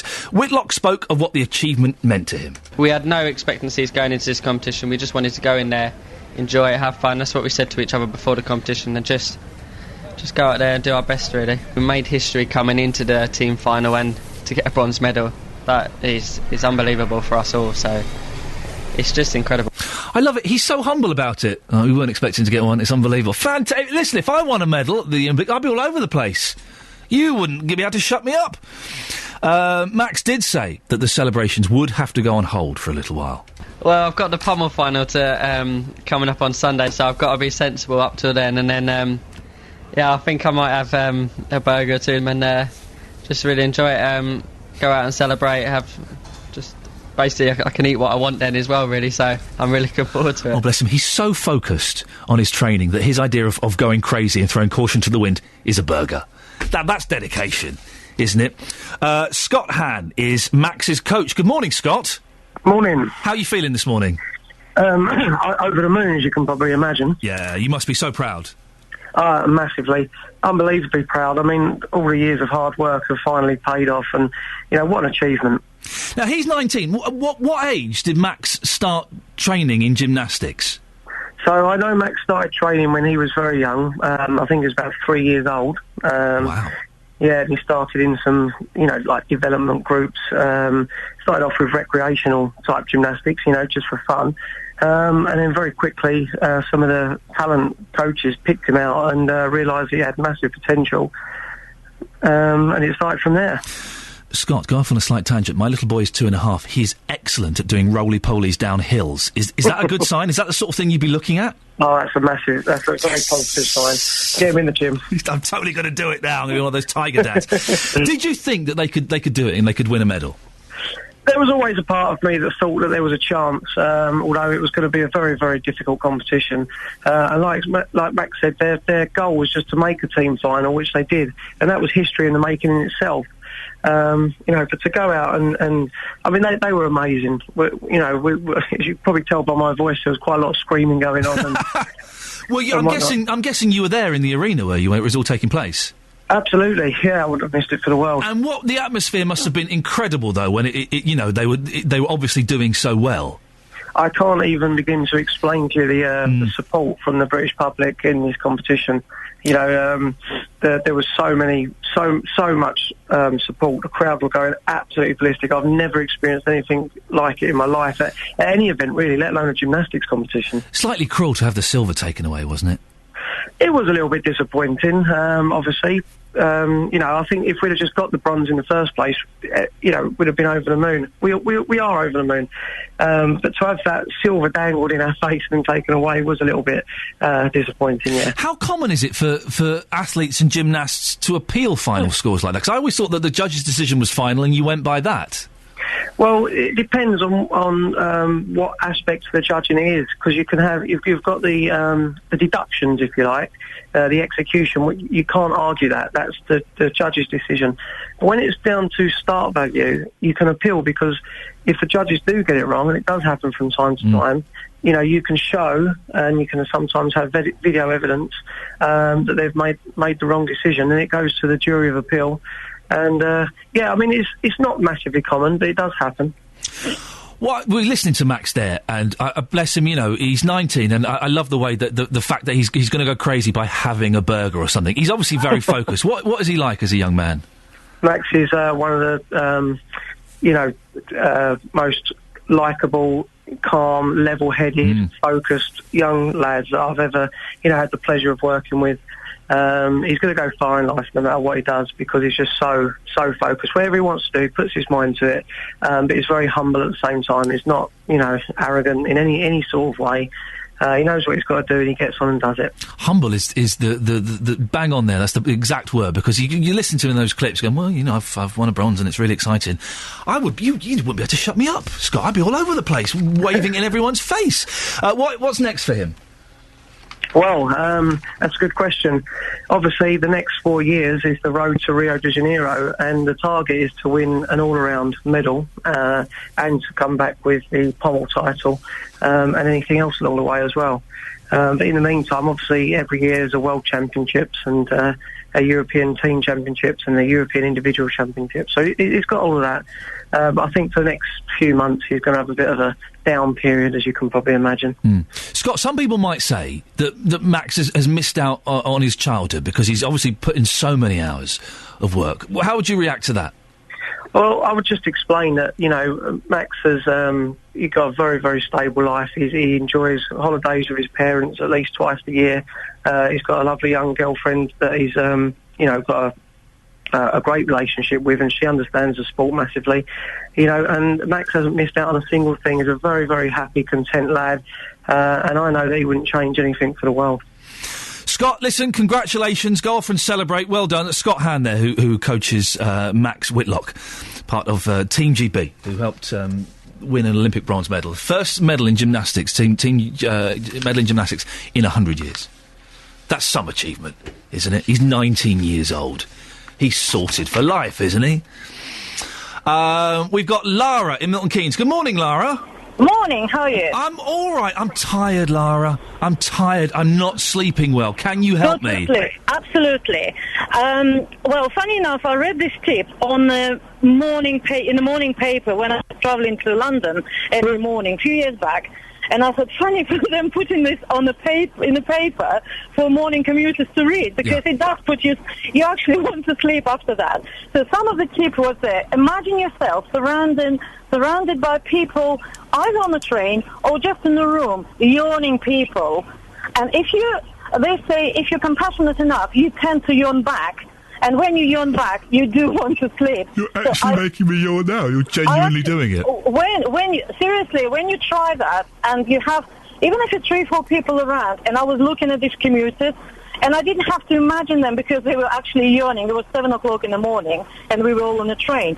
So this tip I still use every time it doesn't work.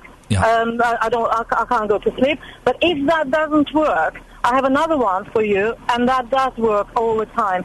You tell yourself you have to take deep breaths, because this one does work, and this is power of thought, I suppose. And you never get to the 10 times breathing, because on the 7th or 8th you do fall asleep. Hang on a second. So you're saying take deep breaths and you'll be asleep by the 7th breath? About that time, yes, it does work every time. I never, seriously, never, in about 5 years' time, I never remember myself waking up or not falling asleep and telling myself, oh, it didn't work. It does work, but it has to be really, really deep breath. Okay. I'm going to give all these a go tonight. I'm totally giving these a go. The advice I got last week about chickenpox was amazing, so I'm going to try this. Laura, I'm looking at these tips in the Daily Mirror. Do you sleep with your window open or shut? Absolutely open. Yes. Absolutely open. Well done, I agree. Fresh air. If my wife and I ever get divorced, it will be about whether the window should be open or shut at night. I think the window should be wide open and it should be really cold in the room. And she wants the window shut. She wants the heating on. She wants a thick duvet. I can't stand it, Lara. Well, I think you have to wait a few years when she starts getting hot water. Yes, well. It'll be very cold. Well, my tip is open your part of the window and shut hers. That will work. Lara, thank you very much indeed. I'm not quite sure. This breathing, deep breathing, and then by the 7th one you'll be asleep. I'm not sure. But thank you for that. Lavender oil. Lucy in Sundon Park, I've tried the lavender oil. Put a few drops in your bath and on the pillow. You'll be out like a light. Make sure the room is dark too. Failing that, watch the Olympics. It's so boring, Lucy. I've got an eye mask. I like the eye mask. That helps. And we were talking earlier on about cats being shot. A terrible story. This cat being shot by a pellet. Jill says, my sister-in-law's cat was shot in the face by a shotgun pellet in Hitchin. Thankfully survived. I don't get I don't get what the kick is out of doing that. Why would you do that? Where's the fun in shooting a cat? Cats cats are really all cats will come up to you. There's no fun in that. Wow. 08459 455 555 815. Beds, hearts and bucks news. BBC Three Counties Radio. It's Tuesday the 31st of July. These are your headlines this morning on BBC Three Counties Radio. Hemel Hempstead teenager Max Whitlock has won an Olympic bronze medal in the team gymnastics. The 19-year-old helped Team GB to a shock third place, the first team medal in the sport in 100 years. The family of a grandmother who died at the QE2 hospital in Welwyn Garden City after being denied food and water for a week are thought to be considering legal action. Joan Patoldi died in September 2009 after being admitted for a hip operation. In sport, Watford have confirmed 7 new signings, including former Arsenal goalkeeper Manuel Almunia and QPR defender Fitz Hall. We'll have a full sports bulletin with Simon in 15 minutes, and we'll have weather shortly with Jim Bacon. And coming up, we'll catch up with Luke Ashmead, who'll be heading to the Lee Valley White Water Centre today. Jonathan Vernon-Smith is in the studio with me, and I can see that Jonathan likes coffee, and he likes it with milk, but he doesn't like sugar. And I know that because he's got his own mug printed up with his very strict dietary requirements. I don't like people to mess it up. And there's a picture. Why have you got a picture of Jeremy Kyle on the front? Oh, that's you. I do apologise. There is a slight similarity, isn't there? A little similarity. You've got slightly more class than Jeremy, but there is a. If you had a strong side parting, you could be his standard. You reckon, do you? Yeah, definitely. Well, thanks very much. And the act is obviously very similar. Oh dear, oh dear. Oh dear. How are you this morning, my love? Are you good? Well, I'm all right. I was okay. Oh dear. Well, I'm okay. Are you all right? You did call me Marlon Dingle last. You look a bit tired. For 2.5 hours sleep. Yes. That's why. Oh, gosh. But, oh, gosh, not interested. Anyway, my show after 9. Yes, back to me. Coming up after 9, in fact, you're going to like today. Oh. Do you know why? Let me just ask you the question. Yes. Should abuse on the internet be taken seriously? Yes, it should. They should not be allowed access to computers, and they should be locked up. Oh, OK. Well, social media is in the news again for all the wrong reasons after the British diver Tom Daley was abused on Twitter. Were you following this? This was horrible. I looked at this guy's feed last night. What an obnoxious person. Tom Daley had just come fourth in his synchronised event when he received a message telling him he'd let down his father, who died last year from brain cancer. Action has been taken in the past against abuse on social media sites. Earlier this year, a student in Wales was sentenced to 56 days in prison for posting racially offensive comments about the footballer Fabrice Muamba. Well, from 9 this morning, I want to hear your views on this. Should abuse on the internet be taken seriously?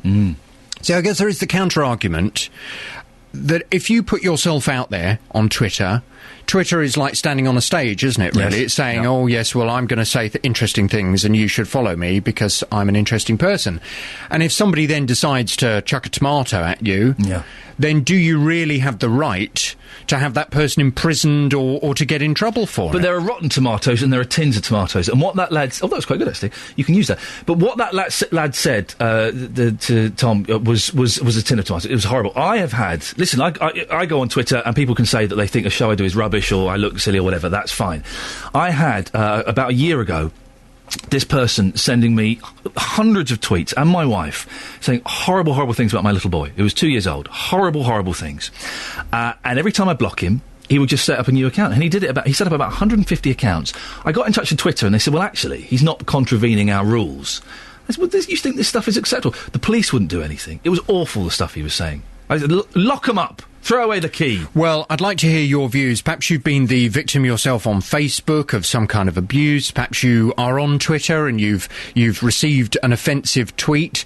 Do you think it should be taken seriously, perhaps more seriously than it is? 08459 455 555. And what should be done with this young man who has abused Tom Daley? What should the punishment be?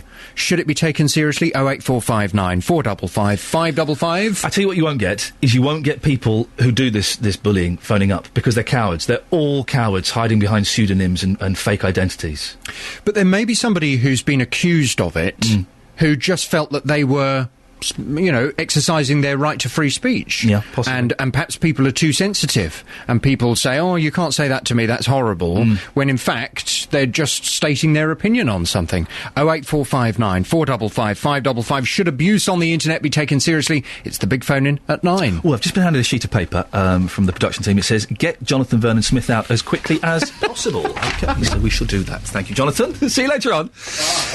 Worth a listen at 9 o'clock, and I know we've got some new people listening who have followed me from elsewhere, and we've also got people listening, all over the place.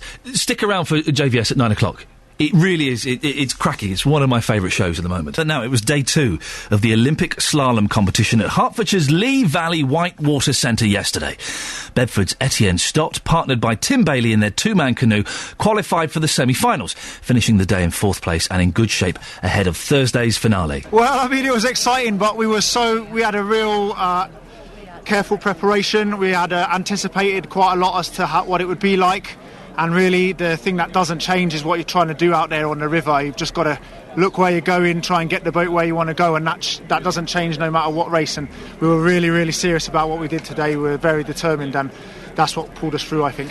Our Olympic reporter, Luke Ashmead, has got his sleeping bag and is pretty much living in Lee Valley Whitewater Centre. Good morning, Luke. Yeah, not in the water. It's not pleasant in there. OK, it's not good. You're not a swimmer yourself, then?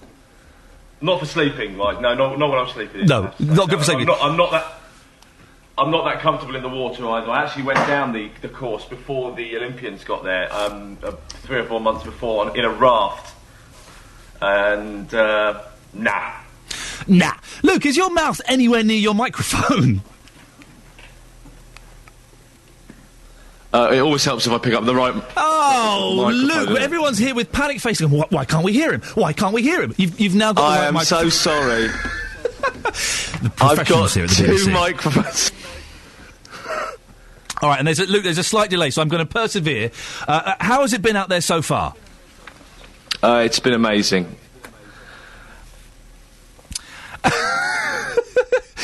What's been the highlight for you? Luke? Have we lost him? Well, there we go. That's our slick reporting there with Luke Ashmead. We'll try and get more, bless him. He's been sent out all this way to the Lee Valley Whitewater Centre Centre in Hertfordshire, and all we got was him talking into the wrong microphone and then disappearing. Oh, bless him. We'll see if we can get him back. I'm keen to find out what's going on there. A quick look at the front pages of the newspapers while we... I tell you what I'll do. I'll show you some of these... tell you some of these sleep tips. This is in the Daily Mirror. One of the sleep tips... Visit the loo every 15 minutes in the hour before going to bed, whether you need to or not. I do get up... I am getting old, and I've been checked out. There's nothing wrong with me. But some nights I can get up to go for a wee 4 or 5 times. That's not good. That's not good. I need to kind of stop drinking tea at night. That's the thing. Fit blackout blinds to ensure total darkness.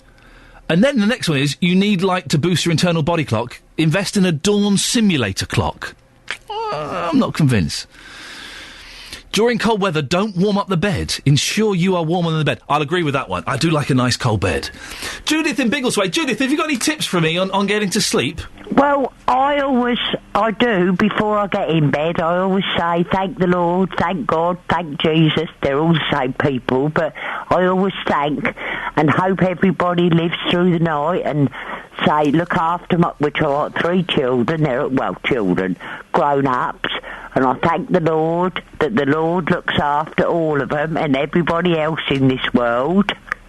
That's one way of doing it. Now, Judith, listen, because you've touched... I'm not particularly religious, so that would be inappropriate, but what I do sometimes, and what I find very comforting, is if I've had a really rotten day, is I get in bed and I think of 3 things that I'm grateful for. Do a little gratitude list. 3 things that I'm grateful for. And if you can think of those 3 things, and it's easy, because I've got kids as well. I've got kids, I've got a wife, I've got a job, I've got health.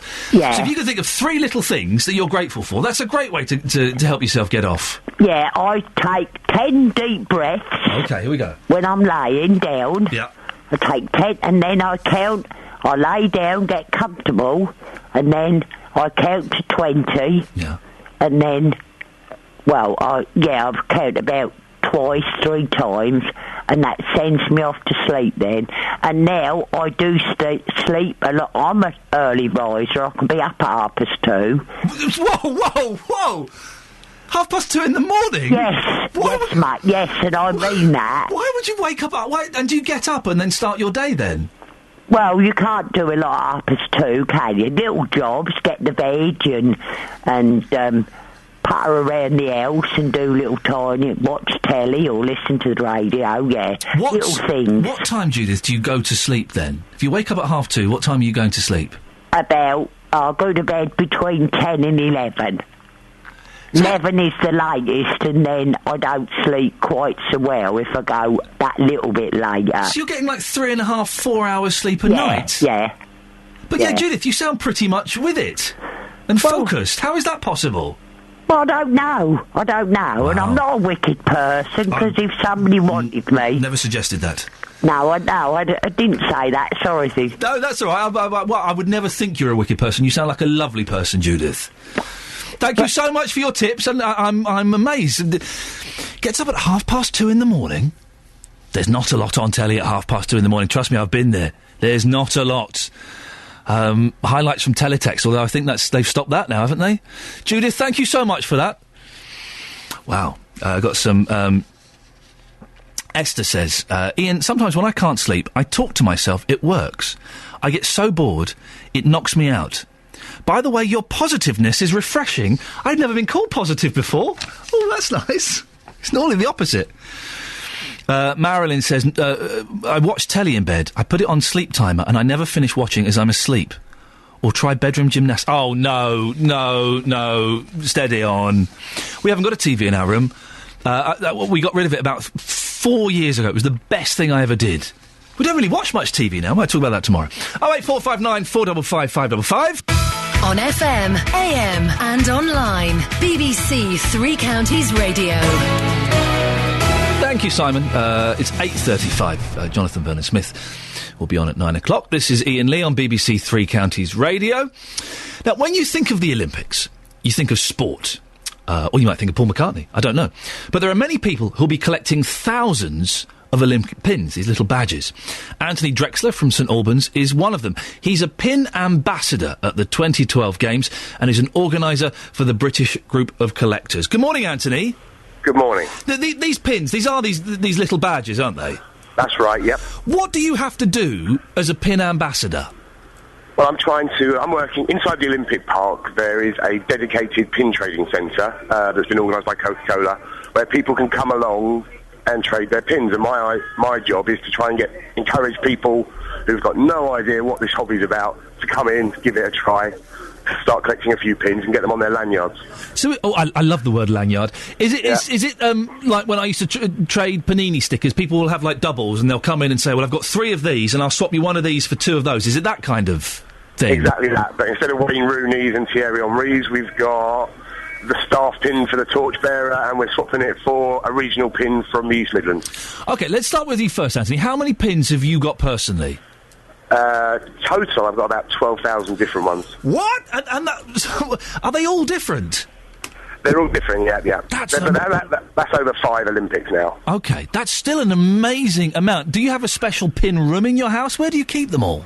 Oh, they're everywhere. My wife, if she never saw another pin again, it would be too soon. I was going to ask if you were married and what she thought about it. Do you get like another one come through the post? I collect records and stuff like that, and when another record comes through the post, my wife just looks at me and says, "Oh, for goodness sakes, really?" Does she put up with it, your missus? She's very good, yeah. She's very, very patient. At the moment, we're sort of getting 6, 7 pins through the post on a daily basis, so she's been fantastic. 12,000. Why do you collect them, Anthony? What do you get out of it? Well, as people have asked me that a lot this week, and I get to talk to people. I talk to volunteers, games makers. I talk to members of staff, members of the public. Now, I wouldn't have talked to 95% of those people but for the pin trading. It gets people talking. And is this something that's increasing in popularity? You said there's a sort of stand there where people can go and trade things. How many people are you getting turning up to trade these pins? Oh, yesterday, I don't know the exact number, but to stick my finger in the air, I reckon we must have 4,000 or 5,000 people come through the door yesterday. It's a lovely place, especially today on such a wet day. Someone can come and keep dry. This is exactly. That's the thing. What is, out of your 12,000, what is your number one, your prized possession, the one you'd never part with? Oh, there's lots of them. Listen, the house is on, Anthony, the house is on fire. You can only save 1 pin. Which one are you going to grab? Oh, no, I'm going to grab my bag from London. I'm going to grab the bag. The bag? Oh, yeah, we got bags to put them all in, so each bag's got sort of a few hundred, so at least I'll take that. You're cheating there, Anthony. Anthony, listen, thank you very much. There's Anthony Drexler. who is a pin ambassador, and he collects pins. What do you collect? We've got 20 minutes or so of the show. What things do you collect? I collect records. It was very specific. I won't go into my geeky details of it, but I collect very specific records, and I enjoy it because I think is this right? I think it's a man thing, collecting. I think men like statistics, lists, and collecting. I don't think women do it. I think women see men and I could be wrong, and if I'm wrong, 08459 455 555, or you can text 81333. Start your text 3CR. I think women look at men's collections and kind of like scratch their head and don't understand it. My wife certainly doesn't understand it. I would never dare tell her how much I spent on records. Would never tell her how much I spent on records. Oh, I'll go my money as well. I'd get in terrible trouble. But I think it's a man thing. I'm not sure. 08459 455 555 is the telephone number if you want to give us a call on that. Now, we tried to speak to Luke Ashmead earlier on, who is at Hertfordshire's Lee Valley Whitewater Centre, but for some reason he bottled it. Luke, are you back? Yes, I did not bottle it, you cheeky so-and-so, no. Where did you go? We were talking, then you disappeared once you picked up the right microphone. Yeah, I'm going to be reminded of that on several occasions, I imagine. Oh, yes. If you saw what I had in front of me, you would No, you wouldn't. No. I'm here. I'm in place, no problems, everything's okay. Good, okay. Well, so tell us what's going on down there today, Luke? What can we expect to see today? There's going to be the first medals today in the C1 event, which is for the uninitiated. It's a single-man canoe. In this Olympic event, the canoe slalom, there are the two canoe events, the C1, the single-man canoe, the C2, which is a two-man canoe, the K1 for both men and women. So those are the four events. Today is the semi-finals, followed closely by the finals of the C1 event. So quite simply, before in the heats, the paddlers would have two runs down the course, a 300-metre course with 22 gates, trying to negotiate them with the water gushing down very, very quickly. Today's semi-final, they get one shot at it. That time will be recorded, and the top six will go through to the afternoon's final. Wow. And if they mess that up, that's it. They're out. That's it. And there are penalties. Yeah. Like in any sport of this type, whether it be gymnastics or horse riding or whatever, there are always penalties if you miss and don't do the right things. For canoe slalom, there are two types of penalty. The first penalty is a 2-second penalty, and that's if you've ever seen canoe slalom, you'll see the gates hanging down from the wires that the paddlers have to go through. If they touch those gates with any part of their body or their paddle, or even some cases their canoe or kayak, that's a 2-second penalty, and they can accrue, they can maybe have 8, 10, 12 penalty seconds. If they miss a gate or go in it in the wrong direction, that's a 50-second penalty, and that's it. They're gone, because there's no way that they would be able to live with that. So missing a gate or going through it in the wrong direction. When I say go through it in the wrong direction, I mean some of the gates that are on the course, you have to go past and then fight your way back upstream. They're called upstream gates. And if you do them in the wrong direction, but that's pretty much it. Luke, are we in line for any medals? Are we going to win anything? We've got a very good chance of a medal. Paddling today, David Florence is the silver medalist from Beijing. He's a Brit, Team GB. He's also taking part in the C2 event that was happening yesterday. Very good chance today of a medal. If David Florence gets his act together, he hasn't shone, but I've got a feeling he's pretty canny about this. I think he's got a little bit in reserve. If he shines today, if he does his thing, we have got a very good chance of a British medal in Hertfordshire. Now, look, one of the things I was saying about what I'm enjoying about the Olympics is I don't particularly like sport, but the last few days I've been watching quite a lot of sport and really enjoying it and seeing all kinds of things that... who'd have thought that I could sit in front of water polo for an hour and thoroughly enjoy every second of it? Were you a big kind of canoeist and kayaker before this, or is this quite new to you? That's a very good question, actually. No, is the answer. No, I wasn't. I mean, I would probably not even sit and watch it on the television, I have to say. It's not something that I was interested in any way, shape or form. But as a sports fan in general, which is obviously what I am, you adapt the way you look at things. And it doesn't take long. It doesn't take long to be around a sport meet the people involved, understand a little bit. And do you know what? I genuinely think that a lot of people's dislike of sport is sometimes due to the fact that they just don't get it. And that makes it more difficult for them to enjoy it. Once you kind of understand the way canoe slalom works, and you've met a few people within it, and I tell you what, once you see those crowds at Lee Valley, there is no way that you can't get involved in the sport. And the nice thing about it is, for those who are talking about not necessarily being a sports fan, the way that they do the commentary on the course, and it's very clear and very precise, and for the people who are into canoe slalom, they know exactly what the guy was talking about, or the team of commentators are talking about. But for those that have come, they've got tickets, they've entered the pool, they've got canoe slalom tickets, and they've thought, I don't know anything about canoe slalom. It's all made so accessible for them. They'll understand what's happening all the way down the course. And I think this is a real opportunity for canoe slalom to, thrust itself into the limelight. Luke, thank you very much. You talk about not knowing about sport. I was watching the water polo yesterday. They've got these like swimming caps on with these big things on their ears. My little boy said, "What are the things on the ears, Daddy?" And so I said, "Oh, it's walkie-talkie, so that the team manager can give them instructions." It's not. It's to protect their ears from when people whack that ball at their heads. Shows you how little I know about sport. Beds, Hearts and Bucks News. BBC Three Counties Radio. It's Tuesday the 31st of July. These are your headlines this morning on BBC Three Counties Radio. Hemel Hempstead teenager Max Whitlock has won an Olympic bronze medal in the team gymnastics. The 19-year-old helped Team GB to a shock third place, the first team medal in the sport in 100 years. The family of a grandmother who died at the QE2 hospital in Welwyn Garden City after being denied food and water for a week are thought to be considering legal action. Joan Patoldi died in September 2009 after being admitted for a hip operation.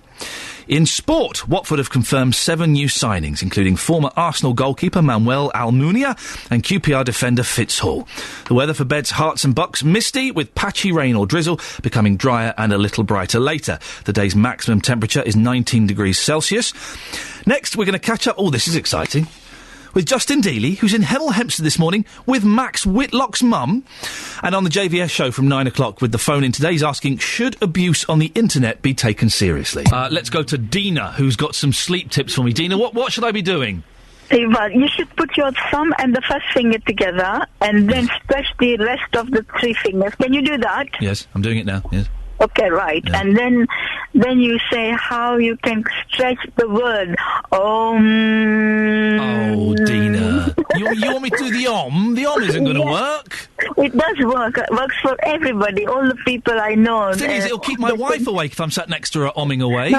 No, but she will get the positive energy from you, so you'll be doing her a favour. And does that work for you, Dina? Does that help you fall asleep? Oh, 100 times it works, and all my friends who have tried, and I teach English to these foreign students. Sometimes they're so naughty, and I make them do Om, and they all calm down, and I never have any problems with them. There we go, Dina. Dina, we've got to move on because we've got going somewhere very exciting. But a tip to stop youth crime is get them all to do the Om. That's what we're going to do. Now, this is very exciting. Matt Whitlock, of course, part of Team GB gymnastic team, the first medal in 100 years. Justin Dealey has managed to get himself somewhere very... Justin? Oh, you're there. Justin, can you hear me? I can hear you well. Whereabouts are you? I'm in Hemel Hempstead at the moment. Yeah. I'm on the Adeyfield Road, and this is without any question the story of the Olympics so far. And I'm now with Max's mum, Madeline Whitlock. Madeline, welcome to the programme. Such an amazing day yesterday. As Max's mother, just how proud do you feel right now? Extremely. We just can't believe it. It's still sinking in. We're just so proud of Max and the whole team. It's just brilliant. Now, we've been listening to what he's been saying yesterday and laughing this morning because he seems very, very humble, saying, I'm not going to celebrate just yet, but when I do, I'll be eating a big burger. So have you got some sort of party plan for him? Yeah, we'll hold a big party. He deserves to have everybody there just to send their best wishes and everything. Yeah, a big party. And describe the atmosphere yesterday. It must have been incredible. It was amazing. It was so loud, and there was so many people there, and it was just fantastic to be there and be part of it as well. You got to see him for a few minutes after the event, about 5 minutes or so. It must have been very emotional for you. But what did your son say to you after getting that medal? He couldn't believe it, and he was just so happy. And well, it's still sinking in with him. I think it's brilliant. Now, he first got involved in gymnastics when he was just 7 years old. So when did you as a family think that he had a major talent and he could go on to massive things? When he first started the gym, because he just started walking around on his hands and cartwheeling everywhere, and we thought, yeah, this is for Max. And what's your life going to be like when Max returns? Because he also lives with you here in Hemel Hempstead. He's gone to the Olympics. He's worked very, very hard for many, many years, but his name wasn't particularly out there. Now, of course, everybody in the world knows who your son is. He's going to come back a superstar, and your lives are going to change forever, aren't they? I don't know. I think Max's life will change, but we'll just support him all the way. And your phone, in the last few hours, I know that you've had lots of journalists on the phone to you. We are the only interview that you're giving today, which we really, really appreciate. So what's your phone been like? Have you heard from people that you've not heard from years? What's been happening? Just so many well done messages. It's just amazing, and thanks everybody for being behind Max. It's brilliant. Fantastic. And what's going to be happening this Sunday? Because the road for Max is not over just yet. You've got part 2. What's happening on Sunday? He's got into the pommel final, which again is going to be amazing. Fingers crossed that he gets a good result, but just being part of that final is fantastic, and we're so proud of him. And let's talk about what you're doing right now, because the morning after the night before, you are straight back to work. You've got lots of screaming children here. Tell our listeners what you do. I've got a children's day nursery, so it's back to work as normal, and it's lovely because all the parents are coming in and congratulating Max, and the children are bringing some pictures in as well, which is fantastic. Everyone's coming in with just big smiles on their faces, and of course you've got the big banner here as well, so we all know where you are, don't we? Yeah, we can't hide now. It has been an incredible journey for you. Just lastly, obviously we know Sunday's next, but off the back of this, what is next for your son off the back of London 2012?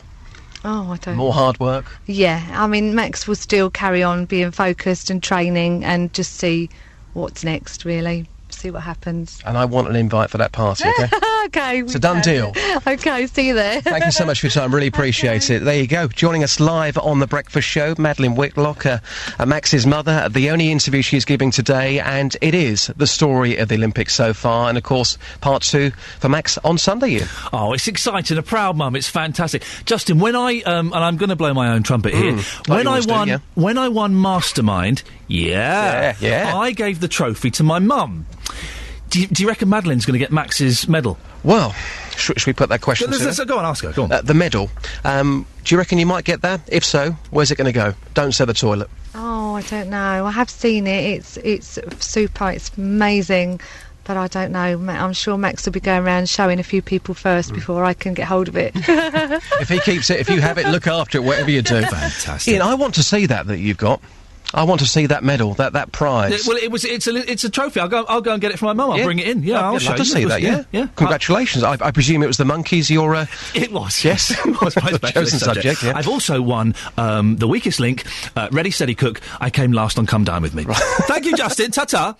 If I won an Olympic medal, seriously, I'd be Saturday night. I'd be wearing it. I'd be out going, yeah, won an Olympic medal. Excellent stuff, Justin. There's an exclusive there on BBC Three Counties. Well done. With less than a month until the Paralympics begin, the charity Scope says attitudes towards disabled people have gotten worse in the last year. Its research said disabled people feel the media's portrayal of benefit cheats is increasing public hostility towards them. We can talk now to Richard Hawkes, Chief Executive for the UK disability charity Scope. Good morning, Richard. Morning. Does this research surprise you? It did surprise us. We found it quite shocking, to be honest, that with a month to go to the Paralympics in Britain in 2012, that almost half of disabled people are reporting that they feel that attitudes towards them have got worse in the last year.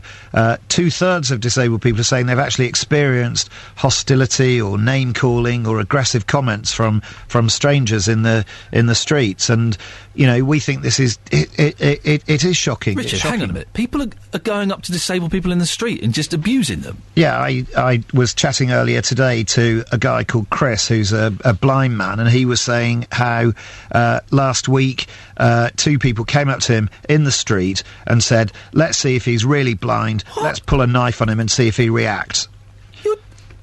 I'm speechless at that. This is happening, and this is because, and what disabled people are telling us over and over again is that the narrative that is out there about benefits cheats and about scroungers has an impact on people in this way, so that then other people start questioning: are they really disabled? Are they cheating the system? Are they benefits cheats? Is that what's doing it? It's this kind of clamping down on benefits scroungers that people think that are changing people's attitudes. I think it's the narrative out there. Of course, we should be stopping people claiming fraudulently. But what the government doesn't do is put the full picture out there. So we very rarely see a press release from the government that says, did you know that only 0.5% of people claiming disability living allowance have done so fraudulently? Less than 2% of people claiming benefits overall have ever done so fraudulently. So the numbers are so low. There's actually more money unclaimed than there is defrauded.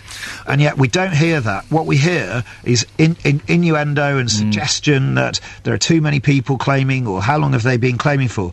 The government ought to have some tests in place that are not flawed like the ones they have at the moment. They should be testing whether or not disabled people, what kind of benefits people should be getting and what kind of support people need to be able to get work and so on. They need to change those tests and then tell the full story. Richard, we've got about 45 seconds. I could talk to you about this for much longer. What can be done to change people's attitudes? Well, the Paralympics presents a great opportunity for us in this country to think differently about disability. There will be some amazing disabled athletes, but there'll also be disabled volunteers, disabled presenters, and we'll all have an opportunity to think about the lives that ordinary disabled people live, how they get around on the transport system, how disabled people will get to the venues and so on. And that opportunity to think differently about disability will hopefully lead to a more positive change in people's attitudes overall. Richard, you've shocked me this morning, if I'm honest. You've really shocked me. Thank you so much for coming on and telling us about that. Thank you.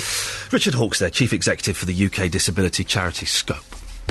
Isn't that incredible? There's a blind lady who... I don't live there anymore. When I used to live in a flat, I used to see this old blind lady would walk up and down the street every day. She'd walk, I guess, about a mile and a half to the shops, and then she'd walk back. And I would see her all the time. I still see her about near where I live now.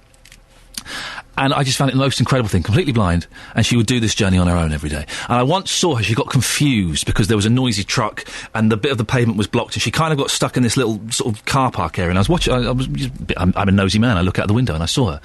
And I rushed down and sort of said, do you need a hand? She goes, yes, please. And got her back on track. And I just think, how can anyone do that? Go up to a blind person, say, let's pull a knife, see if they're really blind. I find that just incredible. Well, sorry to end on such a downer there. It's shocked me, to say the least. Let's end on a slightly more positive note. Emma's emailed in. The one part of the games I was looking forward to was the gymnastics. Haven't they done us proud? There you go. Thank you very much for listening. I'm back tomorrow at 6 o'clock. Do stick around for Jonathan Vernon Smith. It's going to be a good listen. Getting beds, hearts and bugs talking. This is BBC Three Counties Radio.